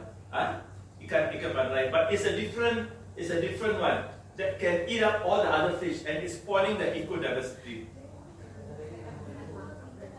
Like, because of all the developments they have now and the types of water we have, all the biawak in PJ now are very big. Iguana is very big, and they're so big that they come into our house. You can see in CCTV camera walking around, looking around, as big as the dog. Huh? You see before? Yeah, they get bigger and bigger. What? How you chase them? Every day, certain time they will come and walk around, and then my mother will film. Then where is he going to go? You're feeding him with food, he's going to come there with the family. It might move in there as well. Next time you must put microwave. What I'm saying is the environment factor. Environment factor is the story I told about the ikan is to tell you it's not about what is happening in your factory. It's the sisa yang keluar and how it impacts the whole environment. Everything is impacted by you, and that is how the ecosystem. Remember that orangutan story I told you? They couldn't demonstrate whether the orangutan is happy in that location, because they don't have the data to indicate that. And they lost a very big few major shareholders. They were impacted very significantly, right?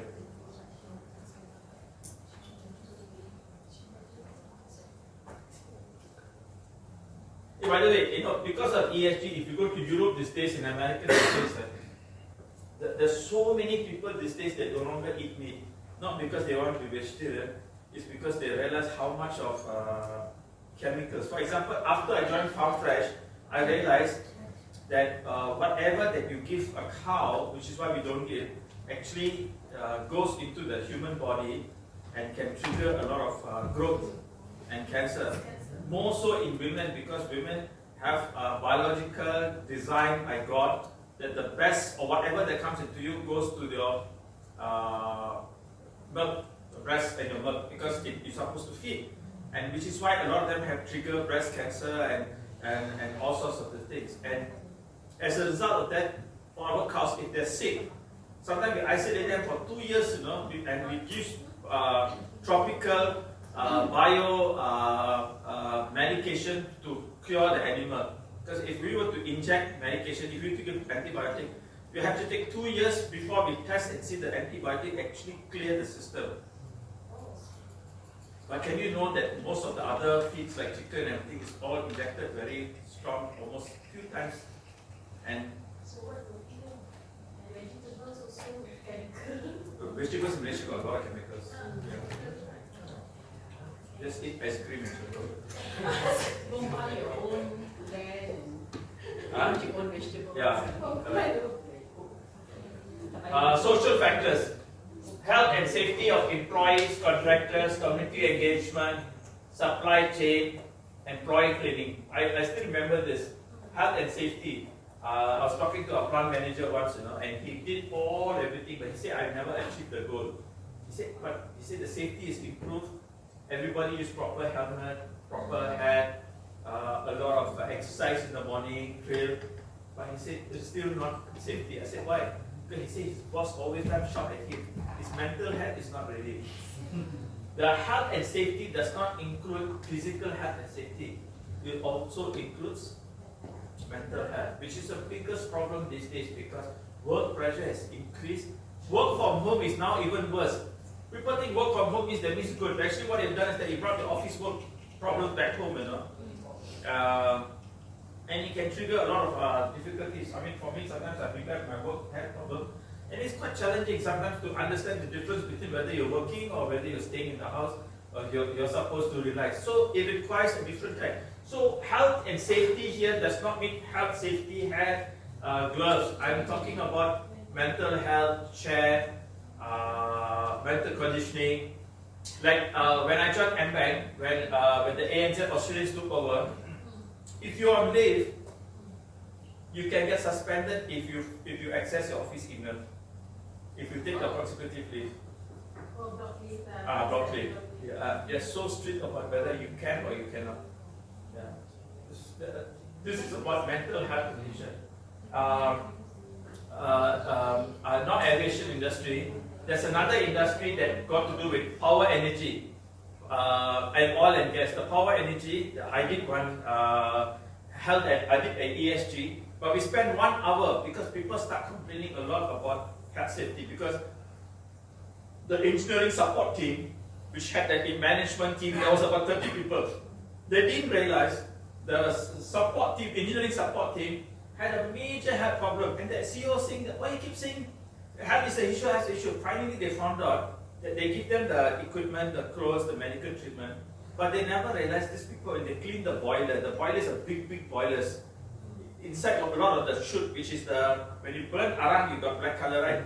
You go inside here, the whole thing is done. They go inside sometimes for 3 hours, 4 hours. It's very stressful, and they have to wear the oxygen mask. They are not compensated for that in terms of the mental distressing. And they are very stressed out. Oil and gas, for another example, is a very dangerous business because constantly you are fear that it might explode. And there's a health aspect that is very dramatic, which is the mental health aspect. Nurses get scolded by doctors. Nurses get scolded by technicians. Nurses get scolded by almost all medical patient families, except the patient that has died. Okay, the nurses get and the health I've done before in hospital, and the mental health among nurses is the highest because no one really thinks about their mental health condition. So my point here is that when you talk about health, don't just think about, for example, a consumer call center. You know, call center, nobody cares about actually the person receiving the call. You got KPI, but nobody looks at in terms of how abusive relations can be. You listen to me first, that kind of language, constantly the whole day. It's tough. So what do? Give them some more longer break. Give them an opportunity to speak to a counselor. Give them food coupons, medical coupons. Actually, food coupons is not so bad. Drink Diet Coke if you feel better. My point is that before this, 20 years, 10 years ago, nobody cares. But you know, call centers can be very abusive. Isn't it? I mean, we ourselves sometimes when we are upset or something, we also tekan something like as if you're the only person who died it, but we forget that person doesn't know what's happening. It's trying to help and possibly got about 100 phone calls in a day. So that's why some places you go, they put on there, whatever you do, abusive to our staff, we will not tolerate. That is actually to tell the staff that I care for you. Alright? So don't forget, when you talk about health safety, it also include mental and mind health, okay? Community engagement, supply chain, employee training is very important, okay? Then finally, in terms of governance, Think about regulatory compliance, transparency, carbon reporting, anti-corruption, ethical business practice, and biodiversity. Malaysia, we're very good. We have a box called Peti Cadangan that we check once a year. Okay, it's true, isn't it? Peti Cadangan. I mean, and you open so there's nothing inside normally. What we want is a more proactive, more transparent form of actually communicating whether you're happy or unhappy, and let staff be part of that.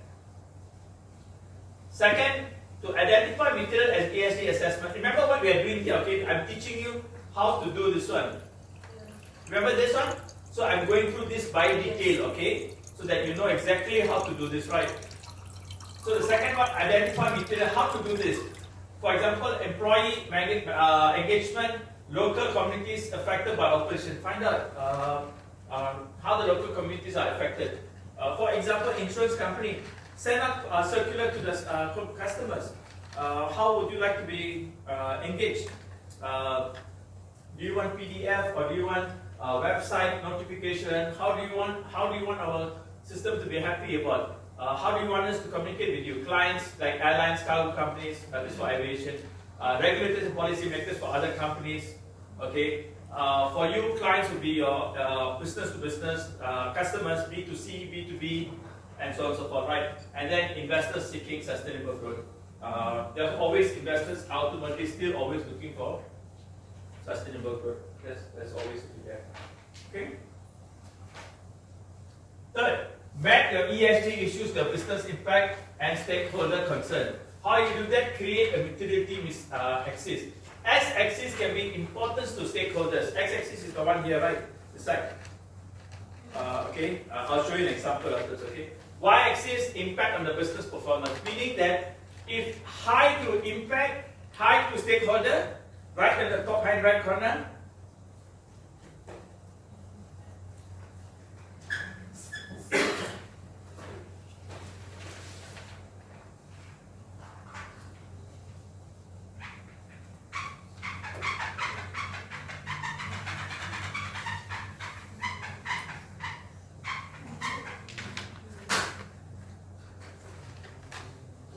So, can you see here? So this is x-axis. This is to stakeholders. This is to company. So if it's high here and high here, so what you do is you do a box. So high here and high here, you plot here. High here, but low here, it will be here. So once you've done this, this will be a first quadrant. Then you have to decide whether you want to do, the management to decide whether you want to do take care of the stakeholders or performance, business performance. Typically, after you're doing this, normally people will do here, then here, then here. Some companies will do the balik here, then here you do that. You must do this materiality assessment. The reason I'm showing you this is because some trainers don't do this. Because I'm a consultant, I'm not a trainer. I'm showing you how exactly I do for clients. So that for each metric you can create that is lebih senang to explain to your boss what is the impact and how to prioritize this. And finally, what you do is that you plot the ESG issue during the stakeholder engagement into it. You can also do interview. Hey boss, this one where you think is important, boss, this one very important, you do this. Then you ask business partner. Then you ask your customer. Then you ask your business partners. You ask your department head. After you plot, and you are able to see actually the difference. And people should know, and the MD should know, hey, how come I think this is important, but my stakeholder, my boss doesn't think it's important. So you're able to identify potential risk. Then what you do is that you quantify and prioritize the ESG. How you do that is that you create a strategic relevance to the company. What is important? Is it fuel efficiency? Or is it due to diesel prices? Or is it got to do with customer service? Is it got to do with recurring customer? That means how many times the customer come back to us? Is the customer service is happy or not? Then you look at stakeholder prioritization. Like airline industry, noise pollution is important. For insurance company, the most important thing is service. Service is the most important thing. Do I get my claim done properly or not? Is my commission premium that I paid, is it fair? Will I be fairly compensated? So these are the things that you want to know. So stakeholder prioritization, what it is. Then you look at regulatory risk and compliance. What if Bank Negara will say, if I don't meet the requirement? What if suppose I underpay? And Bank Negara, if you underpay your claims, so Bank Negara will hantam you. You overpay, then your shareholders will hantam you. How do I balance this? And from an ESG perspective, because why the S part of it is social governance. And the social governance is very, very important, right? For you, in your business, the regulatory risk and compliance risk is, as a government agency, right? What is your capacity to balance between helping someone and at the same time helping people who really deserve, and not everybody that comes through the door? I think that's very important for us to use a matrix to develop that. Then use the ESG framework to do the GRI reporting. These three we learn tomorrow. GRI is the most commonly used global reporting initiative. For aviation industry, there is a specific GRI code. For insurance, there's a specific GRI code. Each industry have a special reporting initiative. This is not a standard. This is a guideline. This is to help you to know what is important and how everybody is doing it, so that you don't go and do something that is totally different. Okay, so it's a guideline. They have a general guideline, it's the 100 series. A bit more specific is the 200 series. 300 series is by industry, and then the 400 series is very specific guidelines. So they got three standards: 100, 200, 300, 400. It's like almost like a buku panduan in terms of how you should focus on doing it. And then they break it down by industry, by types of industries and stuff like that. SASB is accounting standard reporting, because you need to now to disclose your carbon calculation. You need to disclose your risk involved in ESG. Sooner or later, all companies, especially aviation companies, definitely will have to have a lot of accounting standard requirements, data to do.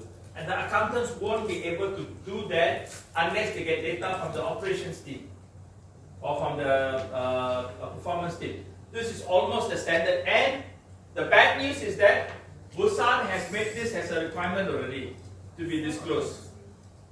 Busan has made this as a requirement. Malaysian Accounting Standards made a requirement.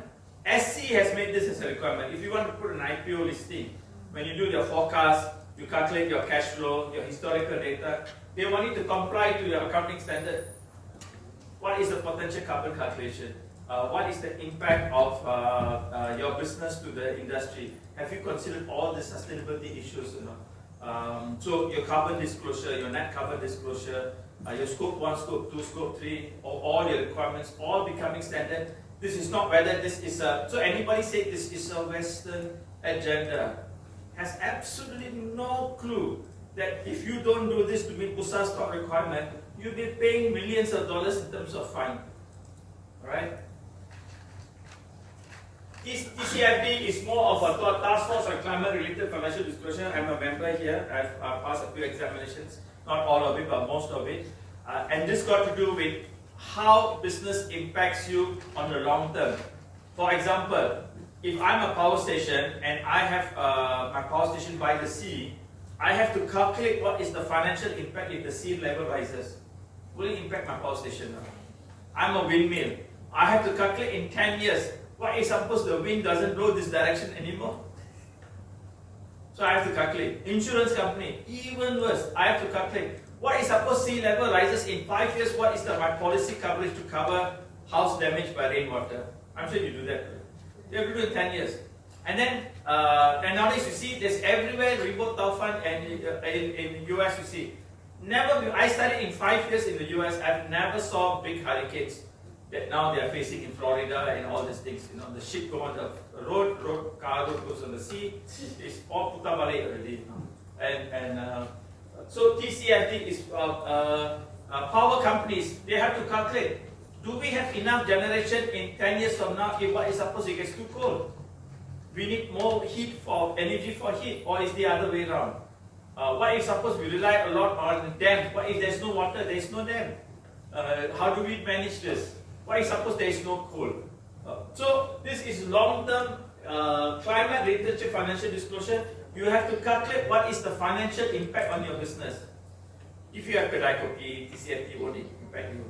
Okay? Unless you say that the climate is going to increase, more people come and drink Diet Coke, you know. Maybe. But this is meant for insurance companies, shipping companies, energy companies, insurance bank, definitely aviation companies involved with TCFD disclosure. You cannot run away. Okay. The good news is that a lot of your manufacturers, your main system partners like Boeing, GE, Rolls-Royce, engine manufacturers, are already doing this. So you have to work with them to understand the importance of TCFD. So GRI is about day-to-day business, how to disclose. SASB is accounting standard. TCFD is very important to the two industries that is in here today.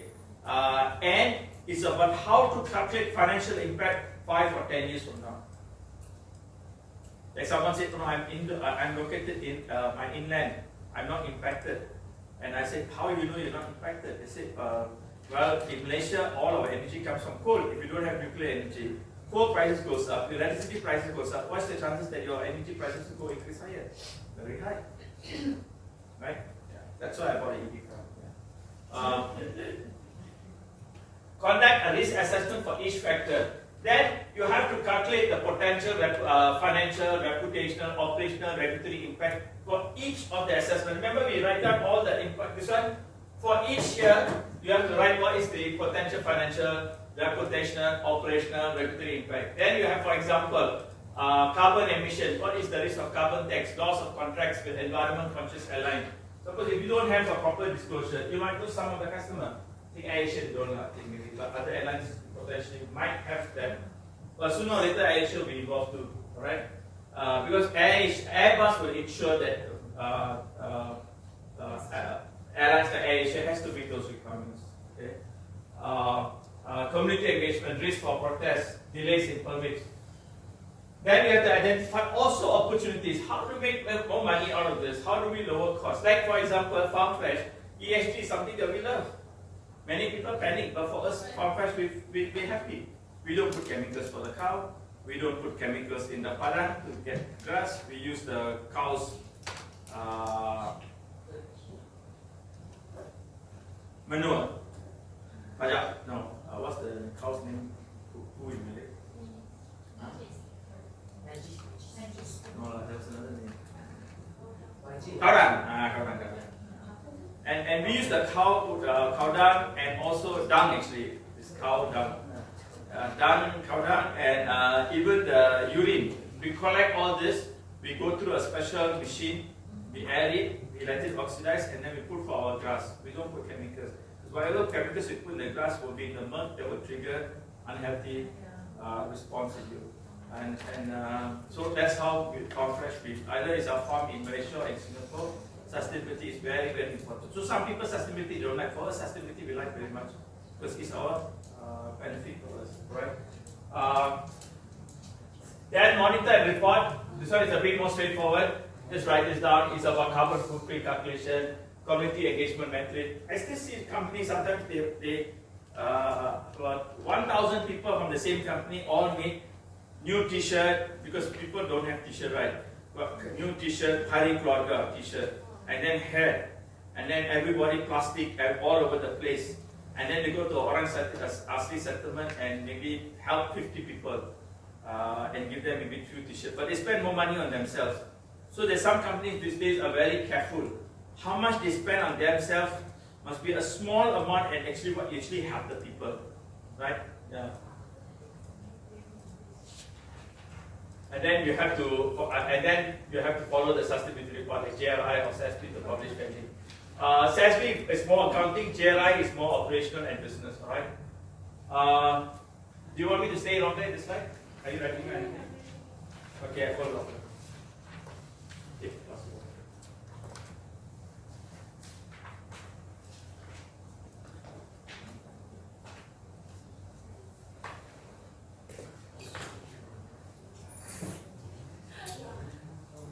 Okay, number 7 is continuous review and adoption. This is very important. Here's where you have to change in regulation, stricter aviation standards. Of course, this is for airline industry, but for you in financial industry, changes in regulation is very easy because Bank Negara will tell you when you wake up in the morning, they sit beside you and they will tell you, Madam, this is your new regulation. You don't need to worry about it. Airline industry is a bit difficult because you got a few agencies taking care of you. You got regional, you got other airports requirements that you have to meet. Sometimes you don't meet other airport requirements, you'll be in trouble. So you have to meet different aviation industry, different sectors, different requirements. So it's a bit more complicated, all right? Shift in stakeholder priorities is very important. Also technology advancements in aviation industry. For business, I didn't put technology advancement as very significant because very seldom there will be something digitally acquired that could be a threat to you immediately in ESG. But for aviation industry, can be, right? For example, these upgrades in software sometimes can create a potential very harmful reaction in aircraft when flight, which as maintenance persons, when you're maintaining an aircraft, you might not know that you're updated on software and it can trigger a lot of other things. I'm sure you have check and balance system, but there has been cases where after updates, aircraft is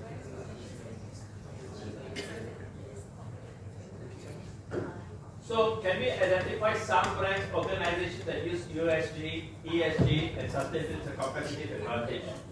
Can you give me some names of companies? BYD. BYD, yes. What else? Smart price definitely. What else? TNB. Huh? TNB, they talk about ESG, but I don't think people say that TNB is the most efficient because the majority generation is still by carbon fossil. Yeah, but they already mentioned commitment to get rid of the coal. Correct, but that is not their main, they are not known for sustainability, isn't it? Not yet. In fact, their trucks still are using diesel. Yeah, so not there yet. Not terima. Post-laju. Huh? Post-laju. Oh yes, post-laju already green because they tak laju. It's very sorry, it's yeah, because so, no lah, I don't think post-laju. It's IBM. Not really. Huh? DHL. Huh? Siemens. Maybe. I think companies that are really very advanced is Apple because they are very energy efficient. They invest in a lot of carbon technology. I'll show you a video of this, of what Apple is doing. Other companies like Body Shop. For example, if you go to Body Shop, you see a lot of their workers, they're actually very I know the Body Shop owner from Malaysia. She's actually a good friend of mine. Her name is Molly. And I told her that, and she's very happy that I noticed that. If you see a lot of the salesperson, is neither male or female kind of. They are very gender biased, meaning that they allow a lot of people of different gender preference to work in their shops, earning in a very respectful and a very honorable way. And because there are companies that don't hire these people, but Body Shop hire them, and they apparently do a very good job. They're very loyal, very hardworking. They become good entrepreneurs. So Body Shop is, because not only the product is ESG, it's the way how they do the business ESG, the way the packaging is ESG, the way they hire people is ESG. The pricing also, they try not to, they work very hard not to increase the pricing. Apparently some of the product pricing has not increased for years. So they are there. What about say Malaysian Airlines? Asia. Is it ESG? Why? Shorter uniforms, less sabun, is not so much. Is that the reason? I don't know. How to know the company says ESG? So you have to go back to the PE compliance and see where they are in terms of environment, where they are in terms of social. where they are in terms of governance, and therefore then you form an opinion in terms of how sustainable a company is or how ESG compliant a company. There are not many Malaysian companies that have become champions, and there's one company that have become a champion where the government is very appreciative of what they have done is actually Sunway. Many years ago, Sunway used to be the quarry company, ready mix company. Everywhere you go, you see Sunway trucks, Sunway mix, dropping cement everywhere on the road, diesel trucks. Today, Sunway is known for education, resource, hospital, and Jeffrey Chow Foundation actually gives a lot of donation for poor people, for poor children to actually study in his university, because he realized that what he was doing before, that ruined the environment and damaged the environment, now he says that I am replaying back by actually being very compliant with ESG. One other company that is trying to be very ESG compliant is Plus, because they realized that they damaged the road, unknowingly damaged the environment, and now they're changing the way how they do the roads. They're trying to foster a lot more adoption of people that were displaced, building new under bridges for animals or people to travel. So they are trying their hard, and a lot of their maintenance vehicles now use EV vehicles. They're discouraging people to travel during certain times, to not waste energy. So they're working very hard. So they're trying to become a energy compliant or ESG compliant company. So there are some companies, not many around Malaysia, but there are a few that is doing well. Other one is like EcoWorld and a few other companies, all right? So stakeholders' expectation is very important. And organizing stakeholders, you got both internal and external. Internal is your directors, management, employees, customers, business partners. External stakeholders is like investors, customers, suppliers, regulators, financial. So you constantly have to be ensuring that you meet the requirements of stakeholders' expectation in your ESG.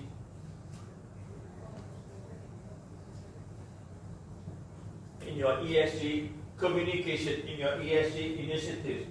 Failure to meet these requirements of meeting with people, finding out what they want, finding out what your customer's expectation is, finding out what your business partner's expectation is, can leave you with a lot of gaps in your ESG programs, all right? So it's very important, it's very fundamental. You always have expectation, you always also will have benefit. Expectations are about transparency, completeness, timely disclosures, consistent returns. So whatever expectations that you have, if you fulfill, you get back in benefits, meaning long-term benefits, optimum valuation, equity funding, brand advocacy. One company actually is very ironic.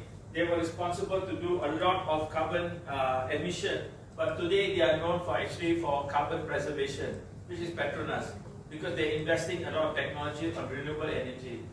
They are fostering their gas stations to become more responsible to the environment. They're investing a lot in social governance. They are investing a lot of technology to help to renew for renewable energy.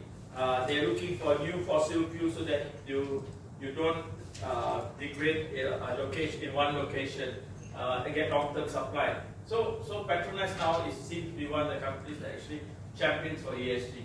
So if you meet your external stakeholders, internal stakeholders requirement, you understand that you are able to interact with them in an effective way, meet their expectation, you will have benefit. Alright? Now, this is x-axis and y. Remember I told you some examples I'll show you just now in terms of this one. So this is it, okay? So for example, this is a company that is a manufacturing company, and based upon what we did in our survey we did for them, this is how we developed the thing. So moderate is procurement practice, labor, responsible marketing. High impact to stakeholders, economic performance. They want to make sure you get returns, but they want to make sure that you have climate impact, which is high to the ESG impact of the organization. Transparent, informative, fair, impact to stakeholders. Funnily, it's not very high at that time. They're looking for corporate governance, business ethics, and stuff like that. So by doing this, you are able to plot in terms of what is your material ESG requirement. In the same way, you can do this for all your organizations, so you know how to rank it. So this is very important. Okay, use this slide a lot in terms of doing it, right? Let's keep this. We'll do this in a case study after. So ESG risk assessment. First, when you are doing an ESG risk assessment, if your company asks you to do an ESG risk assessment, this is what you have to do. Now it's very detailed. Okay, this next half an hour is very detailed. You have to identify stakeholders. You have to do a materiality assessment, which I've already showed you how to do. You have to do data collection. You have to do a stakeholder engagement, materiality matrix, and risk assessment, and then finally integrate the strategy. This is how you actually do a risk assessment and material risk factor analysis to do an ESG risk assessment. So in terms of identifying stakeholders, make sure you know who is your key stakeholders. It could be in terms of investors, employees, customers, suppliers, regulators, right? And then when you do a material assessment, which I teach you, you must make sure that your ESG issues are relevant to your organization's ability to generate profit and value. That's very important. Then data collection analysis. We already done this. That's this part here. We have done to look at your greenhouse impact analysis, your greenhouse emission. GGE is very important. Greenhouse gas emissions. Okay, labor practices and stuff like that. Stakeholder engagement is important. You need to find out about requirements and stuff like that. In terms of what is their priorities, and that's the graph that we talked about here. Okay. Oh, sorry. Then the last one is materiality matrix. And materiality matrix is to create a mapping and prioritizing. You always see me talking about materiality matrix because many people, when they start the ESG, start what ESG matrix. So what happens is that they start benda yang salah. It's not as important. You cannot follow what your competitor is doing. Different people have different requirements. Your customers maybe demand different things. Maybe they don't want ESG so standard. They want sustainability. Maybe they want to look at profitability. So you have to do an ESG maturity matrix index first, alright? Then you do a risk assessment. Then you integrate to strategy. I think that's very important. Of course, finally you continue to monitor. Number 6, benda itu very mustahab because you have to do a risk assessment to make sure is that whatever risk that you have found, whatever ESG impact you have done, what is the risk to your business? Remember, Top Glove had a major problem. The plantation company had a major problem. Another glove company had a major problem. The aviation industry in Singapore had a major problem. So there are many companies that had an ESG problem, but they never hesitate in terms of the risk assessment. It's very difficult for you to do that. All right. So how to start the ESG risk assessment? First, start an ESG risk management committee. Get your operations team, get your risk compliance head inside, get your accountant involved, get your COO involved. So set up a committee first. I think that's very important. The second thing is identify the risk of ESG risk, which you already done the earlier slide, right? Then the third you do is where you prioritize your ESG risk. Which is more important and critical?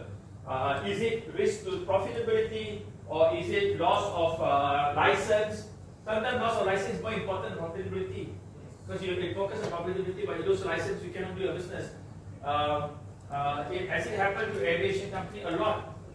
In Korea, there were 2 or 3 aviation companies that delayed the certification of their ESG and they lost major contracts of airlines because if they don't meet certain requirements, the airlines cannot land in certain airports around the world. So it impacted them a lot. So it's very important. Then you develop an ESG risk mitigation plan, and then of course you review and report. You always see me doing review and report because we have to report to management. Where is the challenge? Where is the problem? Where is the progress is?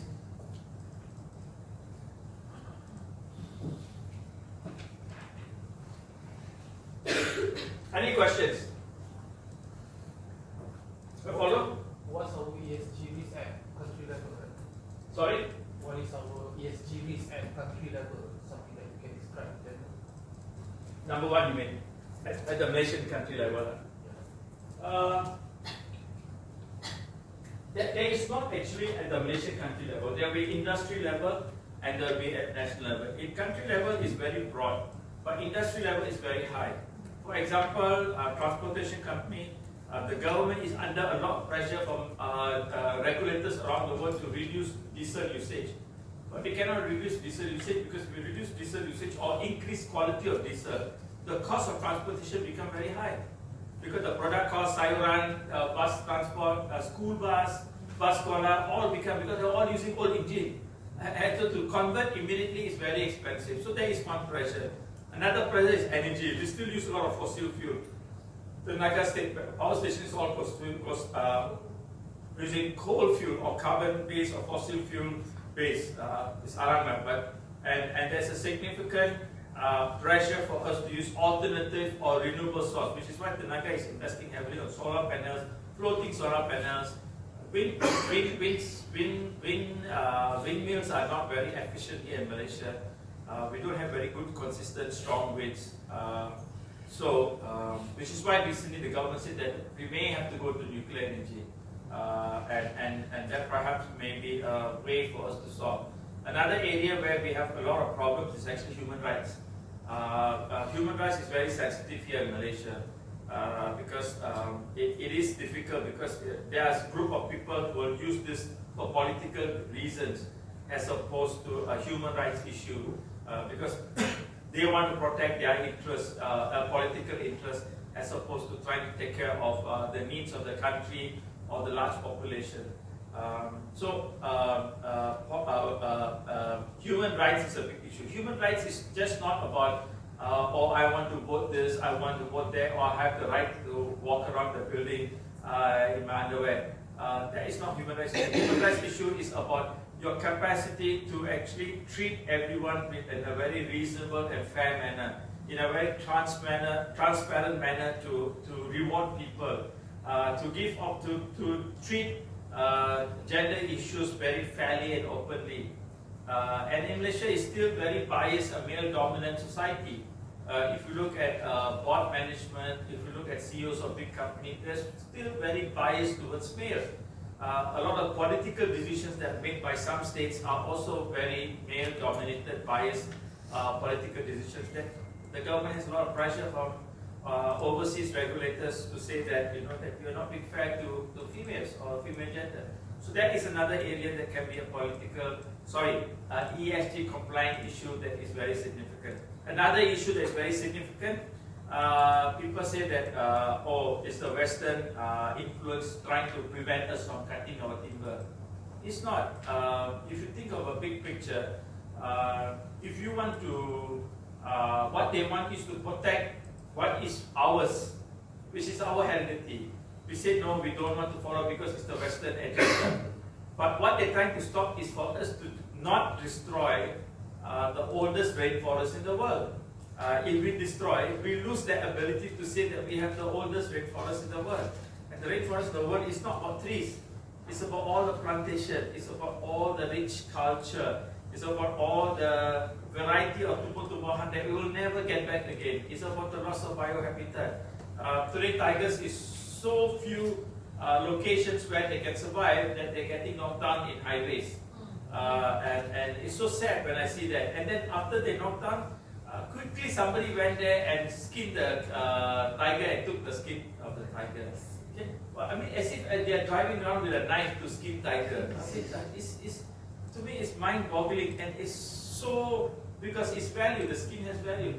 But that is another big challenge in Malaysia, how the government can protect what it is without becoming a political issue and make it into a major issue.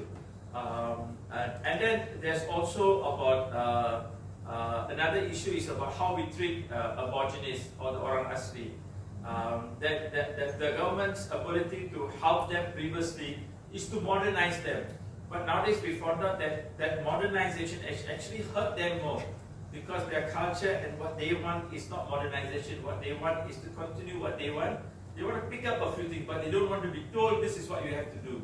Because that is not their culture. Their culture is that's their culture, what they want to do. So instead of helping them what they want, they have been forced into a culture of modernization, which now the government in West Malaysia is trying to reverse it. But in East Malaysia, they have embraced that culture and uniqueness by allowing both diversity to flourish very well, which is why the Orang Asli settlement and integration into society in Sabah and Sarawak is done better, my opinion, better than in West Malaysia. It doesn't mean that if you drive a proper villa, means that means you have modernized them. Actually, it's to provide education, it's to provide good health, as opposed to materialistic pursuit. So there is some of these challenges. And last and not least is something that is very close to the heart, is like palm oil and stuff like that. Of course, we say that we're greening the world, but it's not about palm oil. People are not against palm oil. People like palm oil. The question they have is that the nature how you have destroyed land in a way that no longer maintains the biodiversity that Malaysia once had, because the palm oil is not a natural product of tree or for the Malaysian weather. So as a result of that, what we have done is that we have indiscriminately destroyed a lot of natural reserves in Malaysia that will never get back again. So if people want us to keep something that is very valuable to the world and to the rest of the world, they're not taking away from us. They just want us to become a bit different in the way how we clear the land. So I don't think we should follow the Westerners. I'm not a person that equals the East or the West. No, we have to decide on both. But I think the point they're making is that we have indiscriminately destroyed a lot without being very responsible about it, which is quite true. Okay, so those are the things that are very, from a country perspective, that some of the ESG risks that we have in our country that is very significant. Last and not least is that we have not done a lot to harvest natural reserves. For example, for a country that has rain every day, we don't have water sometimes. Doesn't make sense, then. I mean, if you are in Mesir or Sahara or something like that, you don't have water for. Last time in Subang Jaya, I remember for 3-4 months in the 1995, 1997, there was no water. I have a neighbor who called me. I have to drive and then to bring water in Tangki Kelapa Sawit, and the oil water will be a bit oily a bit, and we have to sometimes stay in a hotel. And we used to buy tanks of water to store water to drink and to bathe. And that's because of because we had so much of rain all the time. Our dams are very small. But in Singapore, which is a small island, they have more water than us. There's something wrong in the balance there. So now they are struggling now, and now the government says, oh, you must save water.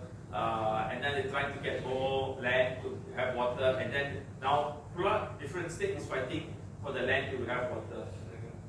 We should just make it compulsory that all water belongs to the federal government, so that states don't fight for water, I think.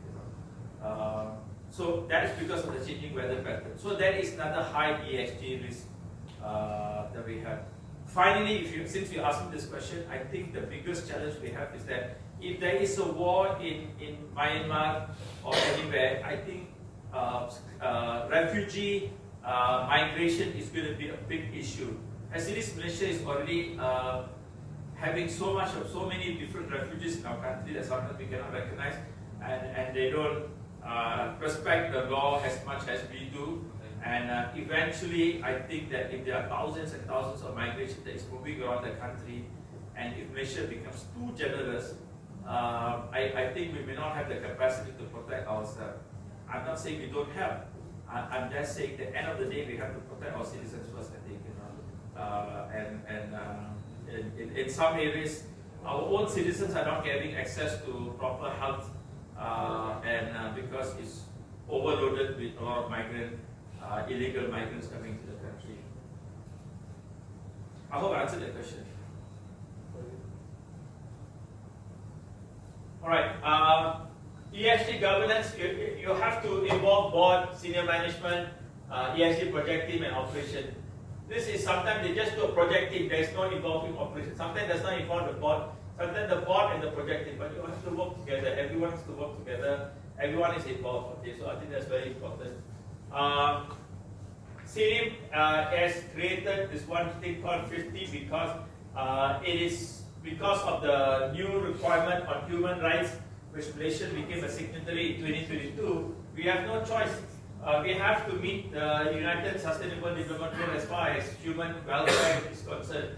So it's become very critical for us to understand workforce support. So in the workforce support, I think the most important thing is focusing on education and awareness.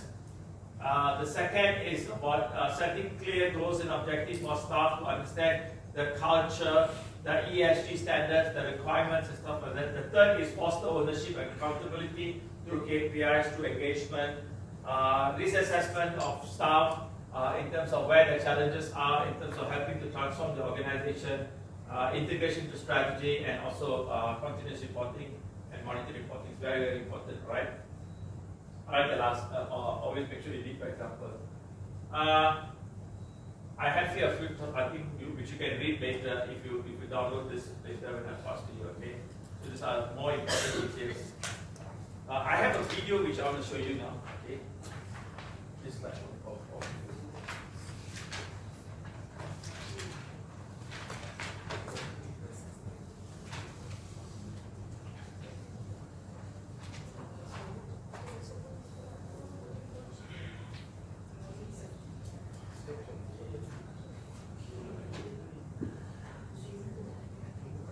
It makes them feel green. They're investing for the future. They spend billions of their money through Amazon. They're rebuilding jungles. They're rebuilding reforestation. Remember earlier I said Apple, remember? This is the video to show, and because of that, people buy Apple stock, and because people buy Apple stock, Apple today is one of the biggest valuable companies in the world. So it's not a Western agenda. It is one that shows a remarkable amount. Remember she said transportation, they say they move from airline, which is why Apple sometimes product takes longer to arrive because they use ship. And because they use ship, they reduce carbon emission by 95%. Because aviation is higher, okay. But it's about efficiency, right? And they talked about leather, and the guy was saying, the other guy was wearing leather bags, isn't it? So what about your leather? And he used to panic. And now if you go to LV and if you go to a lot of brands, their non-leather, vegan leather is more expensive than leather. Actually, don't have to be expensive, I don't know. But the point is that now leather is no longer the thing in Europe and in North America. The point I'm trying to say here is that number one, ESG covers everything, which this video should cover everything.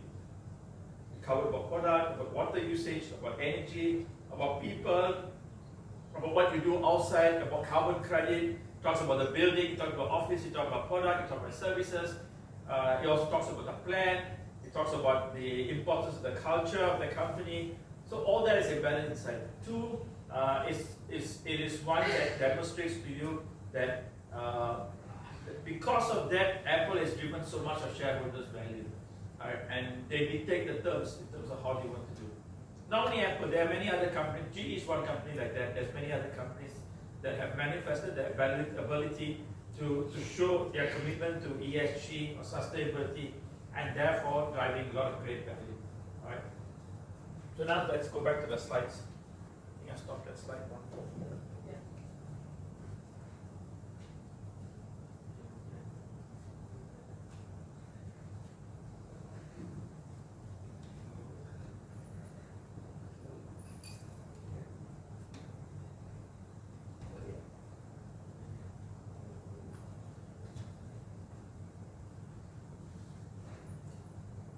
So, in other words, by actually driving a purpose, driving an organization that focuses on the whole concept of driving value and shareholders' value, there is a lot of, on ESG, you can derive a lot of value.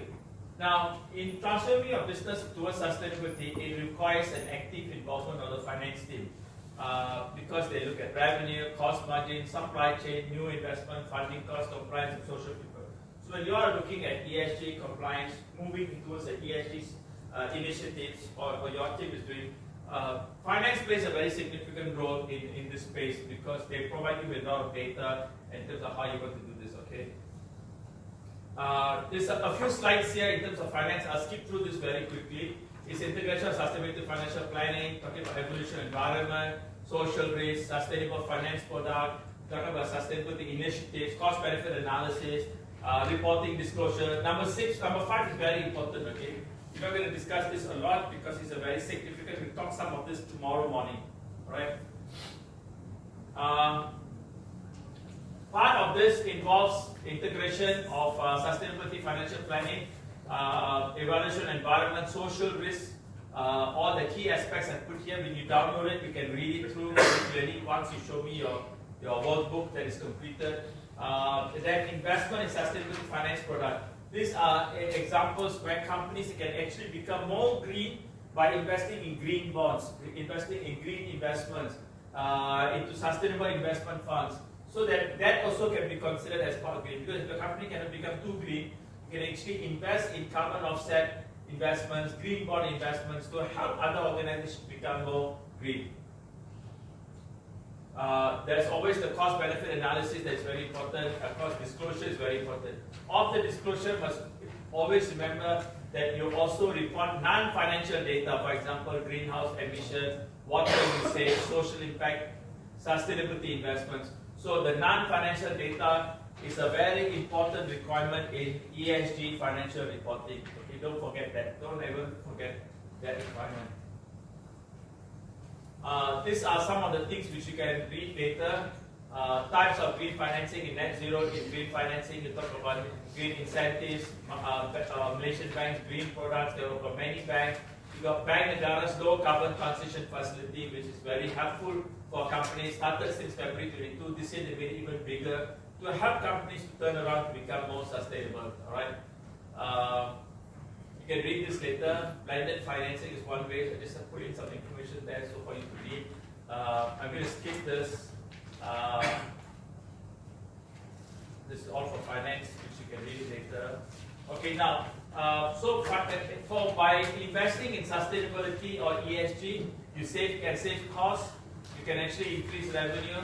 But by the way, this slide here, which I skipped very fast, is very important, but it's very technical for finance people. So those who are interested in finance, please read this, okay? I don't want to bore the other people here, but you can download it and read this. It's very important for you to understand why this is important. It doesn't mean I skip through, that means it's not important, all right? I want to take you to the case study, which is why I'm running through. Now, how to calculate ESG risk? This is very important. Environment risk. You got to look at carbon emission, climate change. You talked about, remember this morning you asked me about CORSIA. That is your targets under airport and ground support equipment, GSE. Is that the term you use? And in terms of how those equipment, this GSE is, for those who don't know, is the tractor that pushes the aircraft backwards, the one that delivers our bag to the wrong terminal, things like that, okay? Or correct terminal. So this is very important, okay? What is the so you find out what is the carbon emission, climate change requirement, then you must come up with a mitigation strategy, how to overcome. Waste management and pollution. So carbon emission and climate change, this is example is airport. But even insurance company and your SME companies will also have something similar, okay? Then comes the biggest under environment risk, next is waste management and pollution. It's very critical. So you must find out example, jet fuel spills, hazardous chemicals. Waste management can also include for hospitals is all your hospital medicine products, surgical things that are finished after hospital. Food company will be all your food waste and stuff like that. So once you find out, you must find a mitigation strategy, okay? Then this is for labor practice, workforce health, safety, labor practices, what you have to do. So you must analyze it and then you must come up with a mitigation strategy, all right? So we're going to do a practice in a case study very shortly about mitigation strategy. So governance risk, you got supply chain, corruption, you got transparency and reported failures. These are things that typically you look at governance. So you have to find out what is it and then come up with a mitigation strategy. So in every risk that you find an element, you must always find out what is the issue and then you must come up with a mitigation strategy. So I've given you examples here. So for example, in transparent reporting, aviation, you have to come up with TCFD disclosure requirement, which is very critical. Insurance company also have TCFD requirement. Banks also have Consulting firms, not so much. Companies that don't have large investments don't do that, all right? And then you got regulatory and compliance, all companies will have that. You must understand what will happen if I don't meet schedule-based requirement. What is suppose if I don't meet bank letters requirement on green financing? What is suppose I don't disclose my carbon footprint discussion, scope 1, scope 2, scope 3 in my financial reporting? What will happen to me? So you must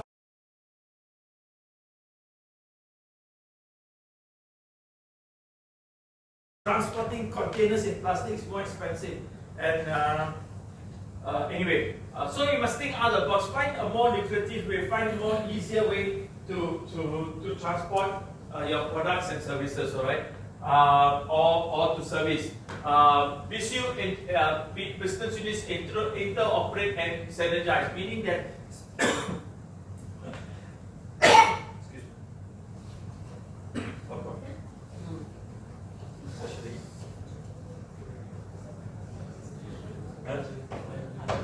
Yeah. Sorry, popcorn was upside please. So sometimes other companies between the business units they lawan. I remember a transport company I did in Johor, the maintenance of the bus company and the usage bus company that do business. You should have said.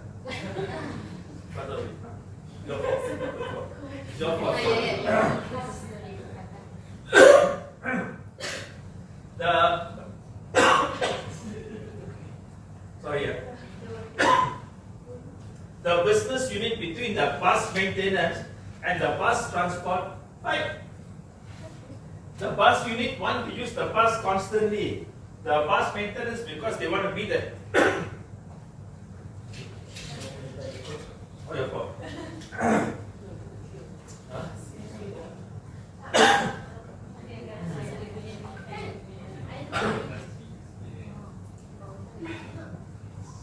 The bus company wanted to use the bus, and they wanted to run the bus all the time. Means that they want more vehicle on the street. The bus maintenance department is another company, same parent company. They want their KPI is to make sure the bus service operation is on time, meaning that means the bus doesn't break down. Okay, the bus service company don't care breakdown. Breakdown just bring another bus, and then the bus maintenance have to go and tow the bus back and stuff like that. So part of the ESG is that customer service is important. Maintenance is important because if your bus falls down, you go and tow the bus and come back, you incur costs, your repair bills is more. Because sometimes if suppose the bus is not ready for service, you go and run it, you damage to the bus engines. These are big engines, you know, and if there's a fuel leaking, oil leaking, and you still run it, or the compressor problem. And they had a lot of operation issue, and finally I realized the operation issue is because this maintenance CEO and the bus operating CEO, lawan. And as a result of that, they have so much of future. So you have to think out of the box. You have to make sure that company look at the big picture. What is that you're trying to do and how you're trying to save it? That is fundamentally so important. Even for you, for your agency, government agency. How do we? And for me, the way I listen to both of you, I think the biggest thing that you can help your applicants is to actually educate. Educate ways how they become ESG compliant at an early stage, so that when they go to bank eventually, because now they rely on government, our tax money, rely on grant, how they can eventually become more independent and then go to the bank under their own capability to apply. So education will play a very significant role. In service industry, like aviation service industry, business interoperation, I'm sure you got your IT team, you got a customer department team, you got your research team. The capacity for them to work together, to synergize is so fundamentally important. One company I know, their manufacturing company is one of the best manufacturing company. But after we have done an ESG requirement, to get the factory to be ESG compliant costs so much of money, it's easier for them to actually just sell the factory and buy ESG compliant products from China. Because if you don't think China means that means it's bad products. Now China got very good products, very good middle product, and they got cheaper, very cheaper products. So they have the good products or the decent products in China is far better than in many parts of the world, because right in China, if you don't meet certain requirements, you can muscle jail. It's considered fraud. Fraud in China is a very big offense. Okay, so it's cheaper for us to produce, and as a part of that, the whole idea was eventually we decided that the factory needs to be shut down, and it was very difficult because we had to think about how to save so many people's jobs, and so we had to retrain many people and stuff like that. So when you look at business operating, you have to look at the entire re-engineering process of a business, and that is fundamentally part of ESG, right? Supply chain consideration is very important. You have to think about all your supply, your vendor, whether the vendor is the cheapest price, where is he getting his product, what is his compliance requirement. If your boss signs the document, will your MD be harmful or not, or will he can take the guarantee from your supplier's documentation? You have to check that already. It's very important, right? Validate key business product life cycle assessment is very important, and this is very important. Okay, make sure your carbon offset, your rank calculation, decarbonization. This is your carbon disclosure requirements. Okay, all these requirements to make sure that you are doing it as accurately as possible, and you get it certified the first time by an external person to validate numbers. This is very, very important for you for the first time to get it validated. Do it yourself, don't get other people to do. If you get other people to do, you don't learn. First time, do it yourself, and then get other people to come and validate for you. Being a Singapore company, we are very strict about that. We never live for people. We open, I come and say, no, I pay you, just do, my people are busy, I say, I don't do. Well, after I do, I finish our day, then you cannot continue, you pay me. So if you do, you stand there and we do together.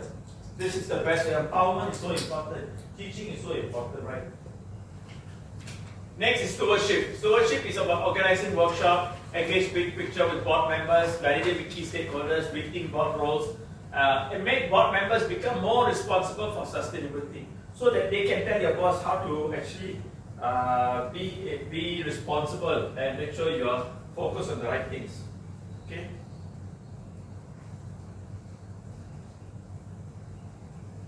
This is very important. H&M, because of stewardship of Apple, because of stewardship, they actually make. Oh, I supposed to stop. Lunchtime. So I have to clock with it. No, remind me whenever I'm in the office. Your stomach doesn't remind you. Otherwise, I work until. My stomach reminds me every time. So, sorry. It's okay, no worries. It is very important for us to understand what stewardship is all about. There are many industries in the world. Unilever, for example, people these days buy certain level of Unilever organic products because of stewardship, because they know Unilever is doing a lot in the space of organic material, organic farming, organic products and stuff like that. Next, connected goals. Work together with your ESG, sustainability agenda, financial goals, connected. Work together with your business division, shared division, your business partners, your vendors. Work together with them. You should reflect all aspects of ESG pillar in your connected goals. Don't pick and choose, and make sure you disclose and communicate. Sometimes people don't communicate. It's better to communicate early to say that we have started this journey. We're going to be ready in 5 years or 3 years. Or like for example, your new business that you started on aviation 2 years ago, we can say we started the journey and we hope to be the best in 2 years. So people don't say that, how come you said this and you're not ready, you know. It's a journey. Why I say it's a journey is because if you do everything first year, you go bankrupt. Because you cannot transfer the cost to your clients here. So you have to progressively do, provided the risk allows you to do that. Okay? Got it? By the way, why I did this is because when you do next time your mission statement, you do your ESG update to the board, to your client, you can copy some of these words and just reword it. Alright? People is very important. We talked about this, very important. There's 3 points here. Number 1, organize town hall to explain to all your staff. Number 2, make sure you got KPI. Number 3, do a lot of training to It's very important, okay? And don't have to get external consultants. You can do train the trainer programs so that your own people will learn how to do it. All right.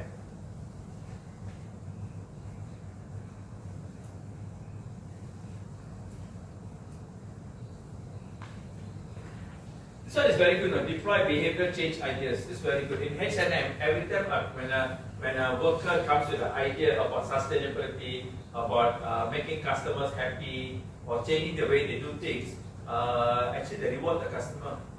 Reward the staff very, very well.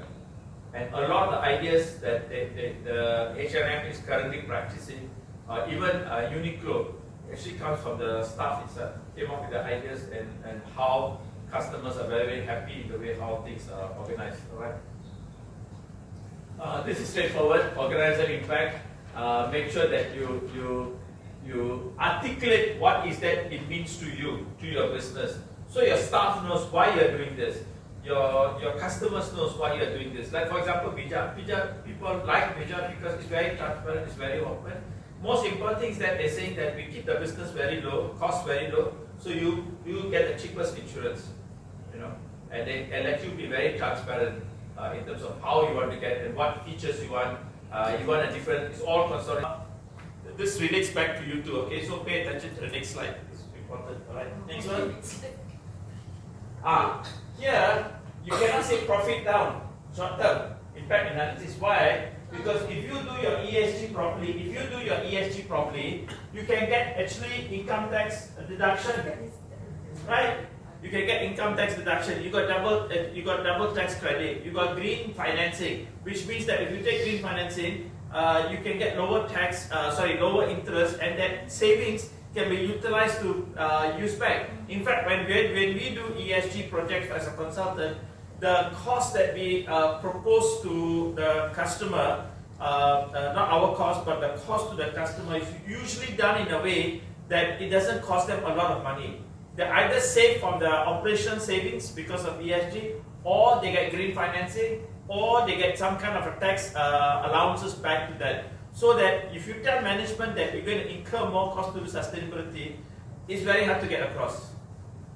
Okay, so don't forget you got green financing, you got green credit. I already given you so much information already yesterday, right? You got tax credit, you got double tax credit, you got special grants coming from government, from Bank Negara, in terms of insurance to promote.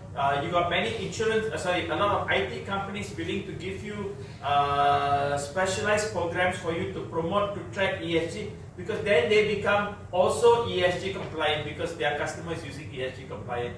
So don't simply say profit reduce, because normally people don't like we say profit reduce, but we say that we have ESG investment, people understand, ESG cost related. So don't forget, you're supposed to offset this against the credit. I think this is important even for your, when you talk about cost management.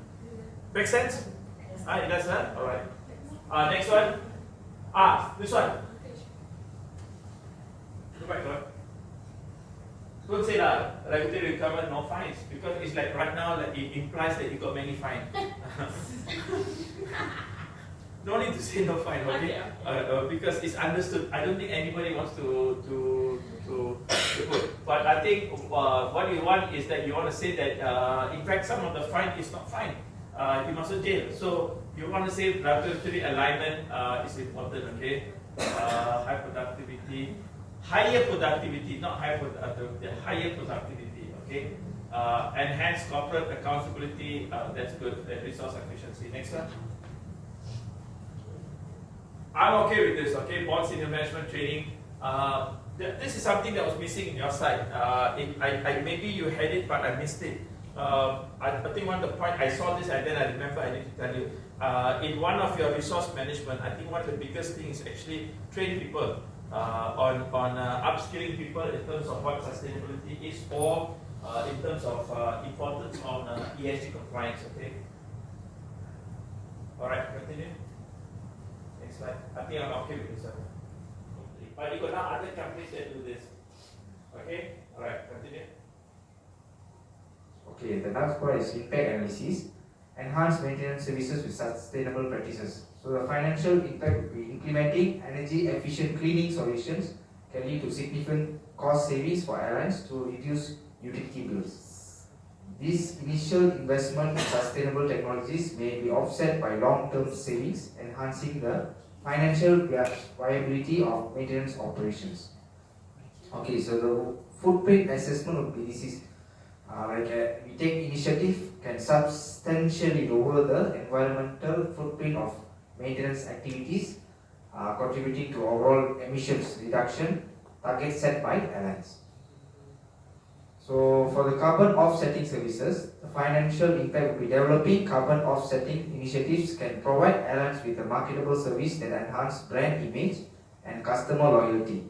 Investing in projects like tree planting or renewable energy can also yield financial returns over time.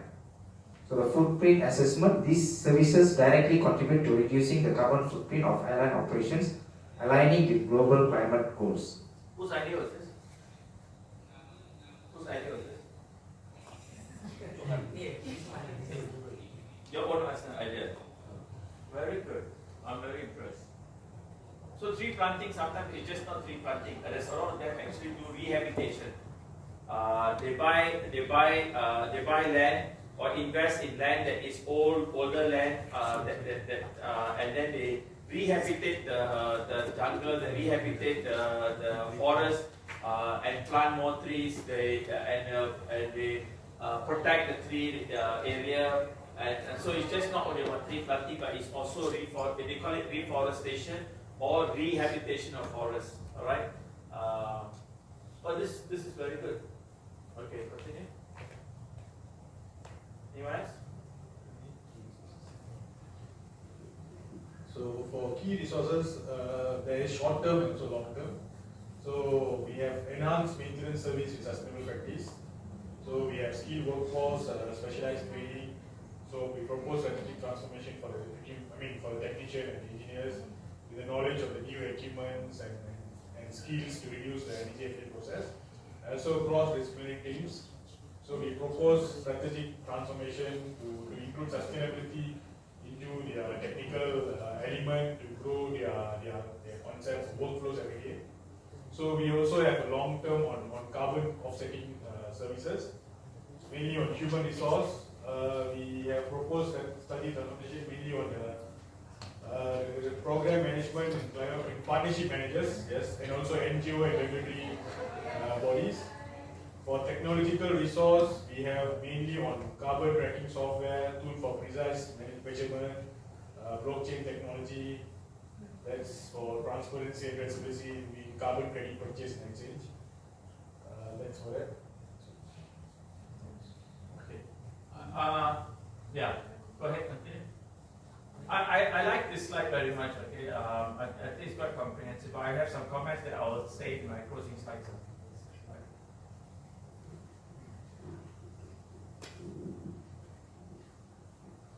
Okay, the next for the assessment of the business model. Okay, we have the assessment of the business model, the key feature of the current business model, and the providing the schedule and the unscheduled maintenance, inspection and repair to ensure the airworthiness. Okay, the next for the key feature of the proposed business model, providing for the eco-friendly maintenance, repair, overall service and minimize for the environmental impacts. The next is acceptable for the strategy action plan. The proposed strategy action plans, the first one is environmental audits, assess the environmental impact of the current MRO operation. And then the next one for identify key area for improvement, focus on the areas such for energy, the waste management, material sourcing, and the emission for the reduction. Okay. For the KPI, for the define for the measurable for the sustainability goals, reduction in emission within the 3 years, and zero waste for the landfill 2025. It is next year now. Can I next? Possible.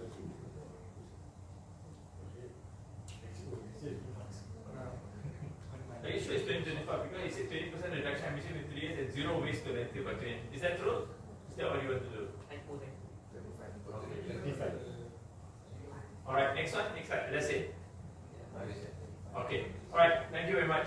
Okay, for next step. Alright, I think we can read this. Oh, this is very good.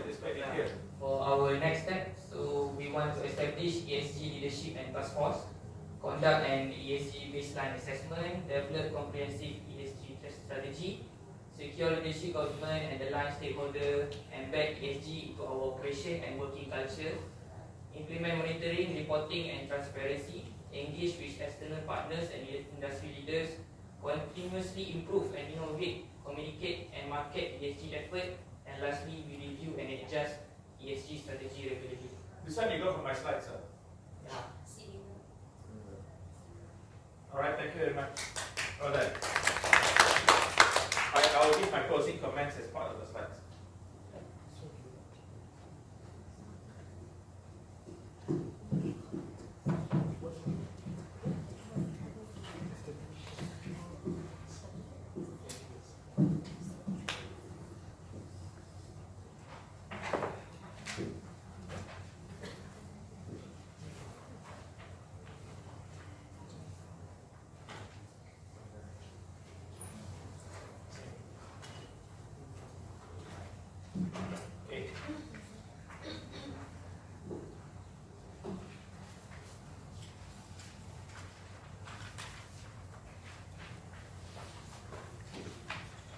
Alright, so we have come to a conclusion to the last two or three slides. In fact, this is my second last slide. I like the presentation. I think all three of you did very well. I think well done. Okay. Being someone in the university for a very long time, I realized that inevitably, some of you may have used AI to do some of your writing. I can recognize some of the writing and some of the analysis, but it's okay. This is part and parcel of life.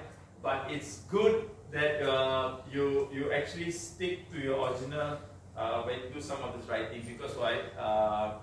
If not, you will learn in terms of where the writing is. So I can recognize some of the similarities in the words, but it's okay. The overall, in real life, you'll be using AI anyway. You know. The third point is that I think it's very important for us to take a step back and realize that ESG is about providing a future that is sustainable for the world. But as far as our business context is concerned, it must be sustainable for the business. At the same time, it must be sustainable in a way that is profitable. You cannot run the business in a way that it's not going to be profitable. So, therefore, you have to make sure that you balance. When you talked about your manufacturing company, you talked about the short term, you talked about the medium term. When you talked about your insurance, you talked about some of the challenges that you're facing in the short term and the medium term.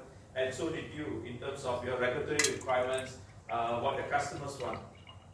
Usually, most of the time, the first two requirements on ESG usually comes to what? Need of your customer and your regulators. That's the most. Why? Because if you don't meet regulatory requirements, okay. At the moment in the country, the regulatory requirements usually is driven by Rusal. They have very stringent requirement in terms of a corporate disclosure. If you are a part of a public listed company, or if you are a listed company, or if you are an associate company, they will make sure you require to do a lot of disclosures and so on and so forth. Okay. A lot of this got to do with your carbon emission. A lot of this got to do with in terms of your integrated reporting. A lot of this got to do in terms of your disposable of wastage, how much of consumption of energy you're using, and so on and so forth. So there's all requirement. The other form of regulatory compliance, not really regulatory compliance, but you have to, is to rating agencies, to banks, because they are also compliant with, and they need to disclose how many of their customers is actually ESG compliant. Eventually, a lot of the banks will require you to be ESG compliant. If not, they're going to charge you a lot, because they will face problems with Bank Negara. Because Bank Negara will face problems at the global level for Malaysian countries. So it's like COVID, it's what you call, it's correlated, and we have a lot of dependency between businesses, individuals, right up to world bodies. So it is of great responsibility for us to always recognize what is our ultimate goal and our ultimate aim. In between, of course, then we have our people, we have our society, we have a community. It's very important that you, in this program, within these 2 days, you realize ESG is not CSR. CSR is a very, very small component of ESG. It's no way responsible. CSR is like you take family out, you take children out, and then go and enjoy and you come back. And you do a bit of charity work. ESG is not charity work. ESG is actually we become charity to the world. Okay. Otherwise, we might not be useful. So, but that's point number 1. Know what is the most important. Point number 2 is very important. Is that you do the ESG material risk assessment very diligently. You have to cover all aspects. I remember I told you just now you must do only 3-4, right? But to get a 3-4, you must have like 30-40. Then you condense, and under each pillar you only do 3 or 4 or 5 maximum. Too many, it becomes very, very complicated at the individual level. At the department level, they can have another one. So the ESG risk assessment, the first time you do, must be very comprehensive. You have to look at every impact that you have on the environment. At the branch level, operation level, at the customer level, at your business partner level, at the raw materials level, at your vendor level, at your outsourcing company level.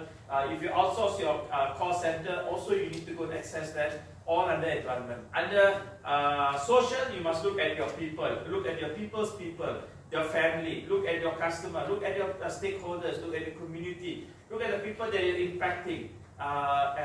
Social has a lot of aspect in terms of what you're supposed to do in the first place. For example, under social insurance in overseas, if you don't have a product of people need, it's considered bad because you're supposed to serve the society. So you have to even take a step back and say, is my product really serving the community, or am I just making a lot of money? Because they want it at under fair pricing, they want you to make decent, good money, but they want at the same time for you to become a responsible corporate citizen. That's under ESG, because the world is asking you to do that. Okay, like Apple, around the world people think Apple phone is very expensive, but if you go to US and Europe, your old phone, if you give back, they give you a lot of money before you buy a new phone back. Which is why overseas they keep changing their phone, because you give back the old phone and you can buy a new phone and just upgrade it. In Malaysia, of course, you cannot.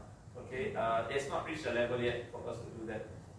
So it's about responsible, being a responsible corporate citizen. For example, airlines industry, they cannot compromise on safety. Okay, for the sake, of course, there are, we know what happened to Boeing in terms of the 787 MAX, isn't it? And they were fined heavily, and the CEO was sacked eventually, isn't it? Because they would not compromise on safety. People take great care and a great sense of responsibility. Even cars recently, Daihatsu, they fabricated some kind of safety rating because they wanted to get the safety report higher. Daihatsu, some of their people did not do what exactly they were supposed to do, and as a result, many people lost their jobs. More importantly, thousands or millions of dollars of fines were paid by Daihatsu parent, which is Toyota, and the Toyota chairman came outside and said, "I'm sorry." He bent down like that and said that I have failed you, I have let you down, because that is not the corporate culture for Toyota, but it allowed to happen. So under social, it is just not, social means not you go and buy some people thing, Khalifa, buy t-shirt, go and buy mineral water, take picture and say we have done some social work. Social means is part and parcel of your business in terms of how you operate. Okay. The third one is under which pillar? Is G, governance. Okay. Governance is the most difficult and the most difficult in Malaysia, because why? You're all used to the word coding, right? Governance means ethical practice. Governance means being transparent. Governance means the process of even in the working climate in the office. Governance means fair pricing. Governance means being ethical and being honest to customer in terms of this is my practice and this is what we do. And stuff like that. Like Toyota, recall all back the cars by Daihatsu or like Cordua and then they repair for free. that's part of governance, that is part of ethical. In Malaysia, there's a lot of companies already becoming very ethical, they're very transparent. They're giving more ladies more responsibility, they're balancing the workforce. People know what people are getting, people are becoming more and more transparent. Government is becoming more transparent because they have no choice, because international pressures are there for you to become more ethical, become more disclose what is in your product. Sometimes people don't disclose. People disclose now what's my product, what is my expiry period. It's becoming more and more stringent. So this is the 3 pillars. So we learned about credit, ESG risk assessment, credit risk assessment, and that's very important. Then we do is the prioritization. Prioritization is very important because you as an ESG project manager, or you learn a few things and you're supposed to do this ESG, will not know what is the burden of the CEO or the board, isn't it? We wouldn't know. They may have a cash flow problem, they might have an investment problem, maybe their parent company is forcing them to do something. So it's important to do a prioritization exercise. Talk to customers, talk to board members, talk to people, actually do interview. Talk to your clients, talk to your neighborhood, talk to your social, talk to your business partner, talk to your competitor, find out what is that exactly troubling them. They will give you information as long as you're willing to share information to them. Then you do a prioritization based upon risk impact, based upon validation of what prioritization your shareholders want, your stakeholders want, your other stakeholders want, and then you do an impact analysis. Also talk to your regulator, saying that we are starting this is what we want to do. Is there anything that we are missing or not? Should we be doing anything or not? Usually they're quite helpful. In my experience, they're usually quite helpful and quite honest about you being very transparent. Shipping companies have done before. The main reason the shipping company wanted to do was that they did everything, but they forgot about the staff. Because when you desludge the ships to, the ship long time in the water, you have a lot of the barnacles will grow on the ship. And apparently when you scrape it, actually it's very hazardous to the staff. And they were only given a normal mask, So when they finished the whole thing, and one of the staff said, boss, what about this project, and that's when they realized that they have done the whole ESG, but they forgot about the welfare of the staff that is working in the factory. So it's very important for us under the risk assessment for ESG, you cover all angles. You talk about staff, you talk about customers, you talk about even your foreign workers. They're there. What is the condition? What is their living condition? What is their health status? Everything has to be, because if they do an audit, you may be implicated, okay? After you do an assessment, then you do your prioritization. That's when you then learn how to pick up some of the things, maybe 3 or 4 things in each of the pillars that you want to embark on the year. I think that's very important, because without doing that, you'll do too much and it becomes very difficult. I've said this before, the ESG committee should only do reporting and talk about progress, but shouldn't initiate the ESG. Who should initiate the ESG? The respective department. If a customer service department has issues with ESG as far as customer service, they the ones should run the ESG. So they own the ESG, they run it. That's why I say it must be part of the strategy. If there is an issue with renewable energy, the plant manager and his team should manage it, not the ESG team. Okay. So when you look at this, you have to look at. Okay, describe ESG and sustainability. So you should know what is ESG is, and sustainability, the whole broader picture of your business. So ESG is about specific thing about environment, about social, about governance, very, very specific detail. Okay, some of you just not remember, some of you very detailed, some of you a bit vague a bit, okay? You have to be very detailed. Sustainability on the other angle is the whole business. The future of the business. If you are doing ESG and you are deploying ESG in a plastic company, sustainability will ESG will tell you that you're on the right track. Sustainability will tell you that in the end, people might not use plastic bag anymore. So ESG is very detailed but very macro. Sustainability is the whole wide picture. ESG will tell you that your petrol station must be this way. energy compliant, must be clean, must be safety. But sustainability will tell you that in the future, most people will be using EV and not petrol. So you understand the difference now between ESG and sustainability. So sustainability is the whole angle. If you are ESG and you got a lot of car mechanic shops, workshops around the country, maybe you become more compliant, energy saving, better fuel discharge, better waste management. But sustainability will tell you that in the future, there will be less petrol cars, there will be more EV cars, and your car mechanic shop has to change the way how you repair cars, because there will be different type of cars that are coming. So you must know the difference between ESG and sustainability. Alright. The next point that is very important is that you must recognize what is the ESG element in your business, which we have done this in the last 2 days. Okay. What is the element of each perspective in your business, and you must drill down to the point that you cannot drill down anymore. It must be very detailed. It cannot be energy saving. It must be specific. Are we talking about lighting energy? Are we talking about heating energy? Are we talking about cooling energy? Are we talking about power energy? Are we talking about machinery energy? Are we talking about vehicles that we use in our factory? So you have to drive down very to great detail. Third one, you have to identify potential impacts and opportunities, meaning that what is my risk impact? What is my operational impact? What is my regulatory impact? What is the impact to my clients? And what's my opportunity to turn this around to become a better business? Just like how Farmfresh did, many other companies, even I think companies like even Zeus Coffee use sustainability, and today they do very well because the way how they operate. Fourth point, I think is very important. You should look at describe selected best practices. We talked about a lot of best practices, right? I shared with you about Microsoft, I shared with you about Windows, I shared with what aviation industry in Singapore does. We talked about AirAsia, we talked about Farmfresh, and a few other examples that I shared with you about other companies.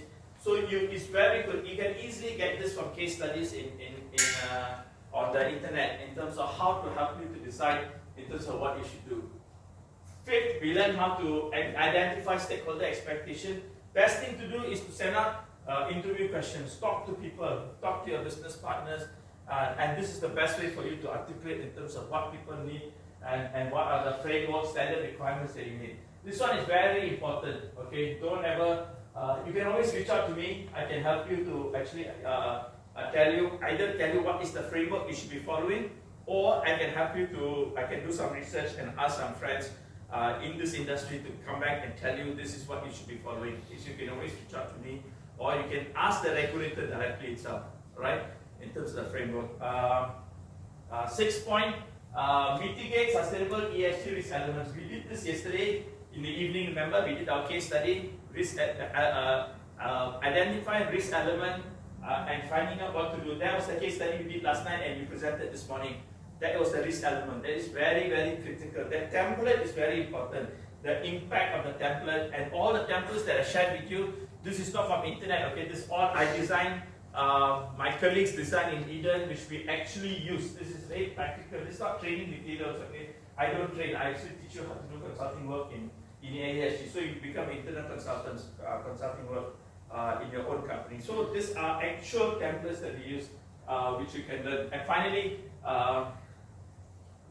initiate ESG sustainable. You must embed it to strategies, which is what we did just now. Because finally we came up with action plan, strategy, and action plan. So you need the whole thing. Of course, we covered, I would think that we covered high level and we covered to some medium level. But what I don't want is to teach you a lot of theory and you don't know how to go back and start. Now you know how to start an ESG risk assessment. Now you know how to start how to do a material risk assessment. Now you know how to start how to revalidate your ESG opportunities. Now you know how to actually do an action plan to cover how to start an ESG project within your businesses by using the templates that we have experienced, right? So individual practice and habits, don't forget this, okay? As much as we run in a corporate, we ourselves must be practitioners of ESG. If we don't practice, we don't understand, we won't appreciate, and at the same time, honestly, I feel that the world needs all the practice that we can get from an ESG component, right? Learn how to use your own views, learn how to use your company to influence your outcome of your customers. There's many companies that do that. Actually go out down there to influence the community to increase ESG awareness, okay? And finally, make sure whatever you do, make sure there is action plan in your company. If you don't have action plan in your company, it's totally meaningless in terms of how we do. All right. Let me take a pause here and take questions from you.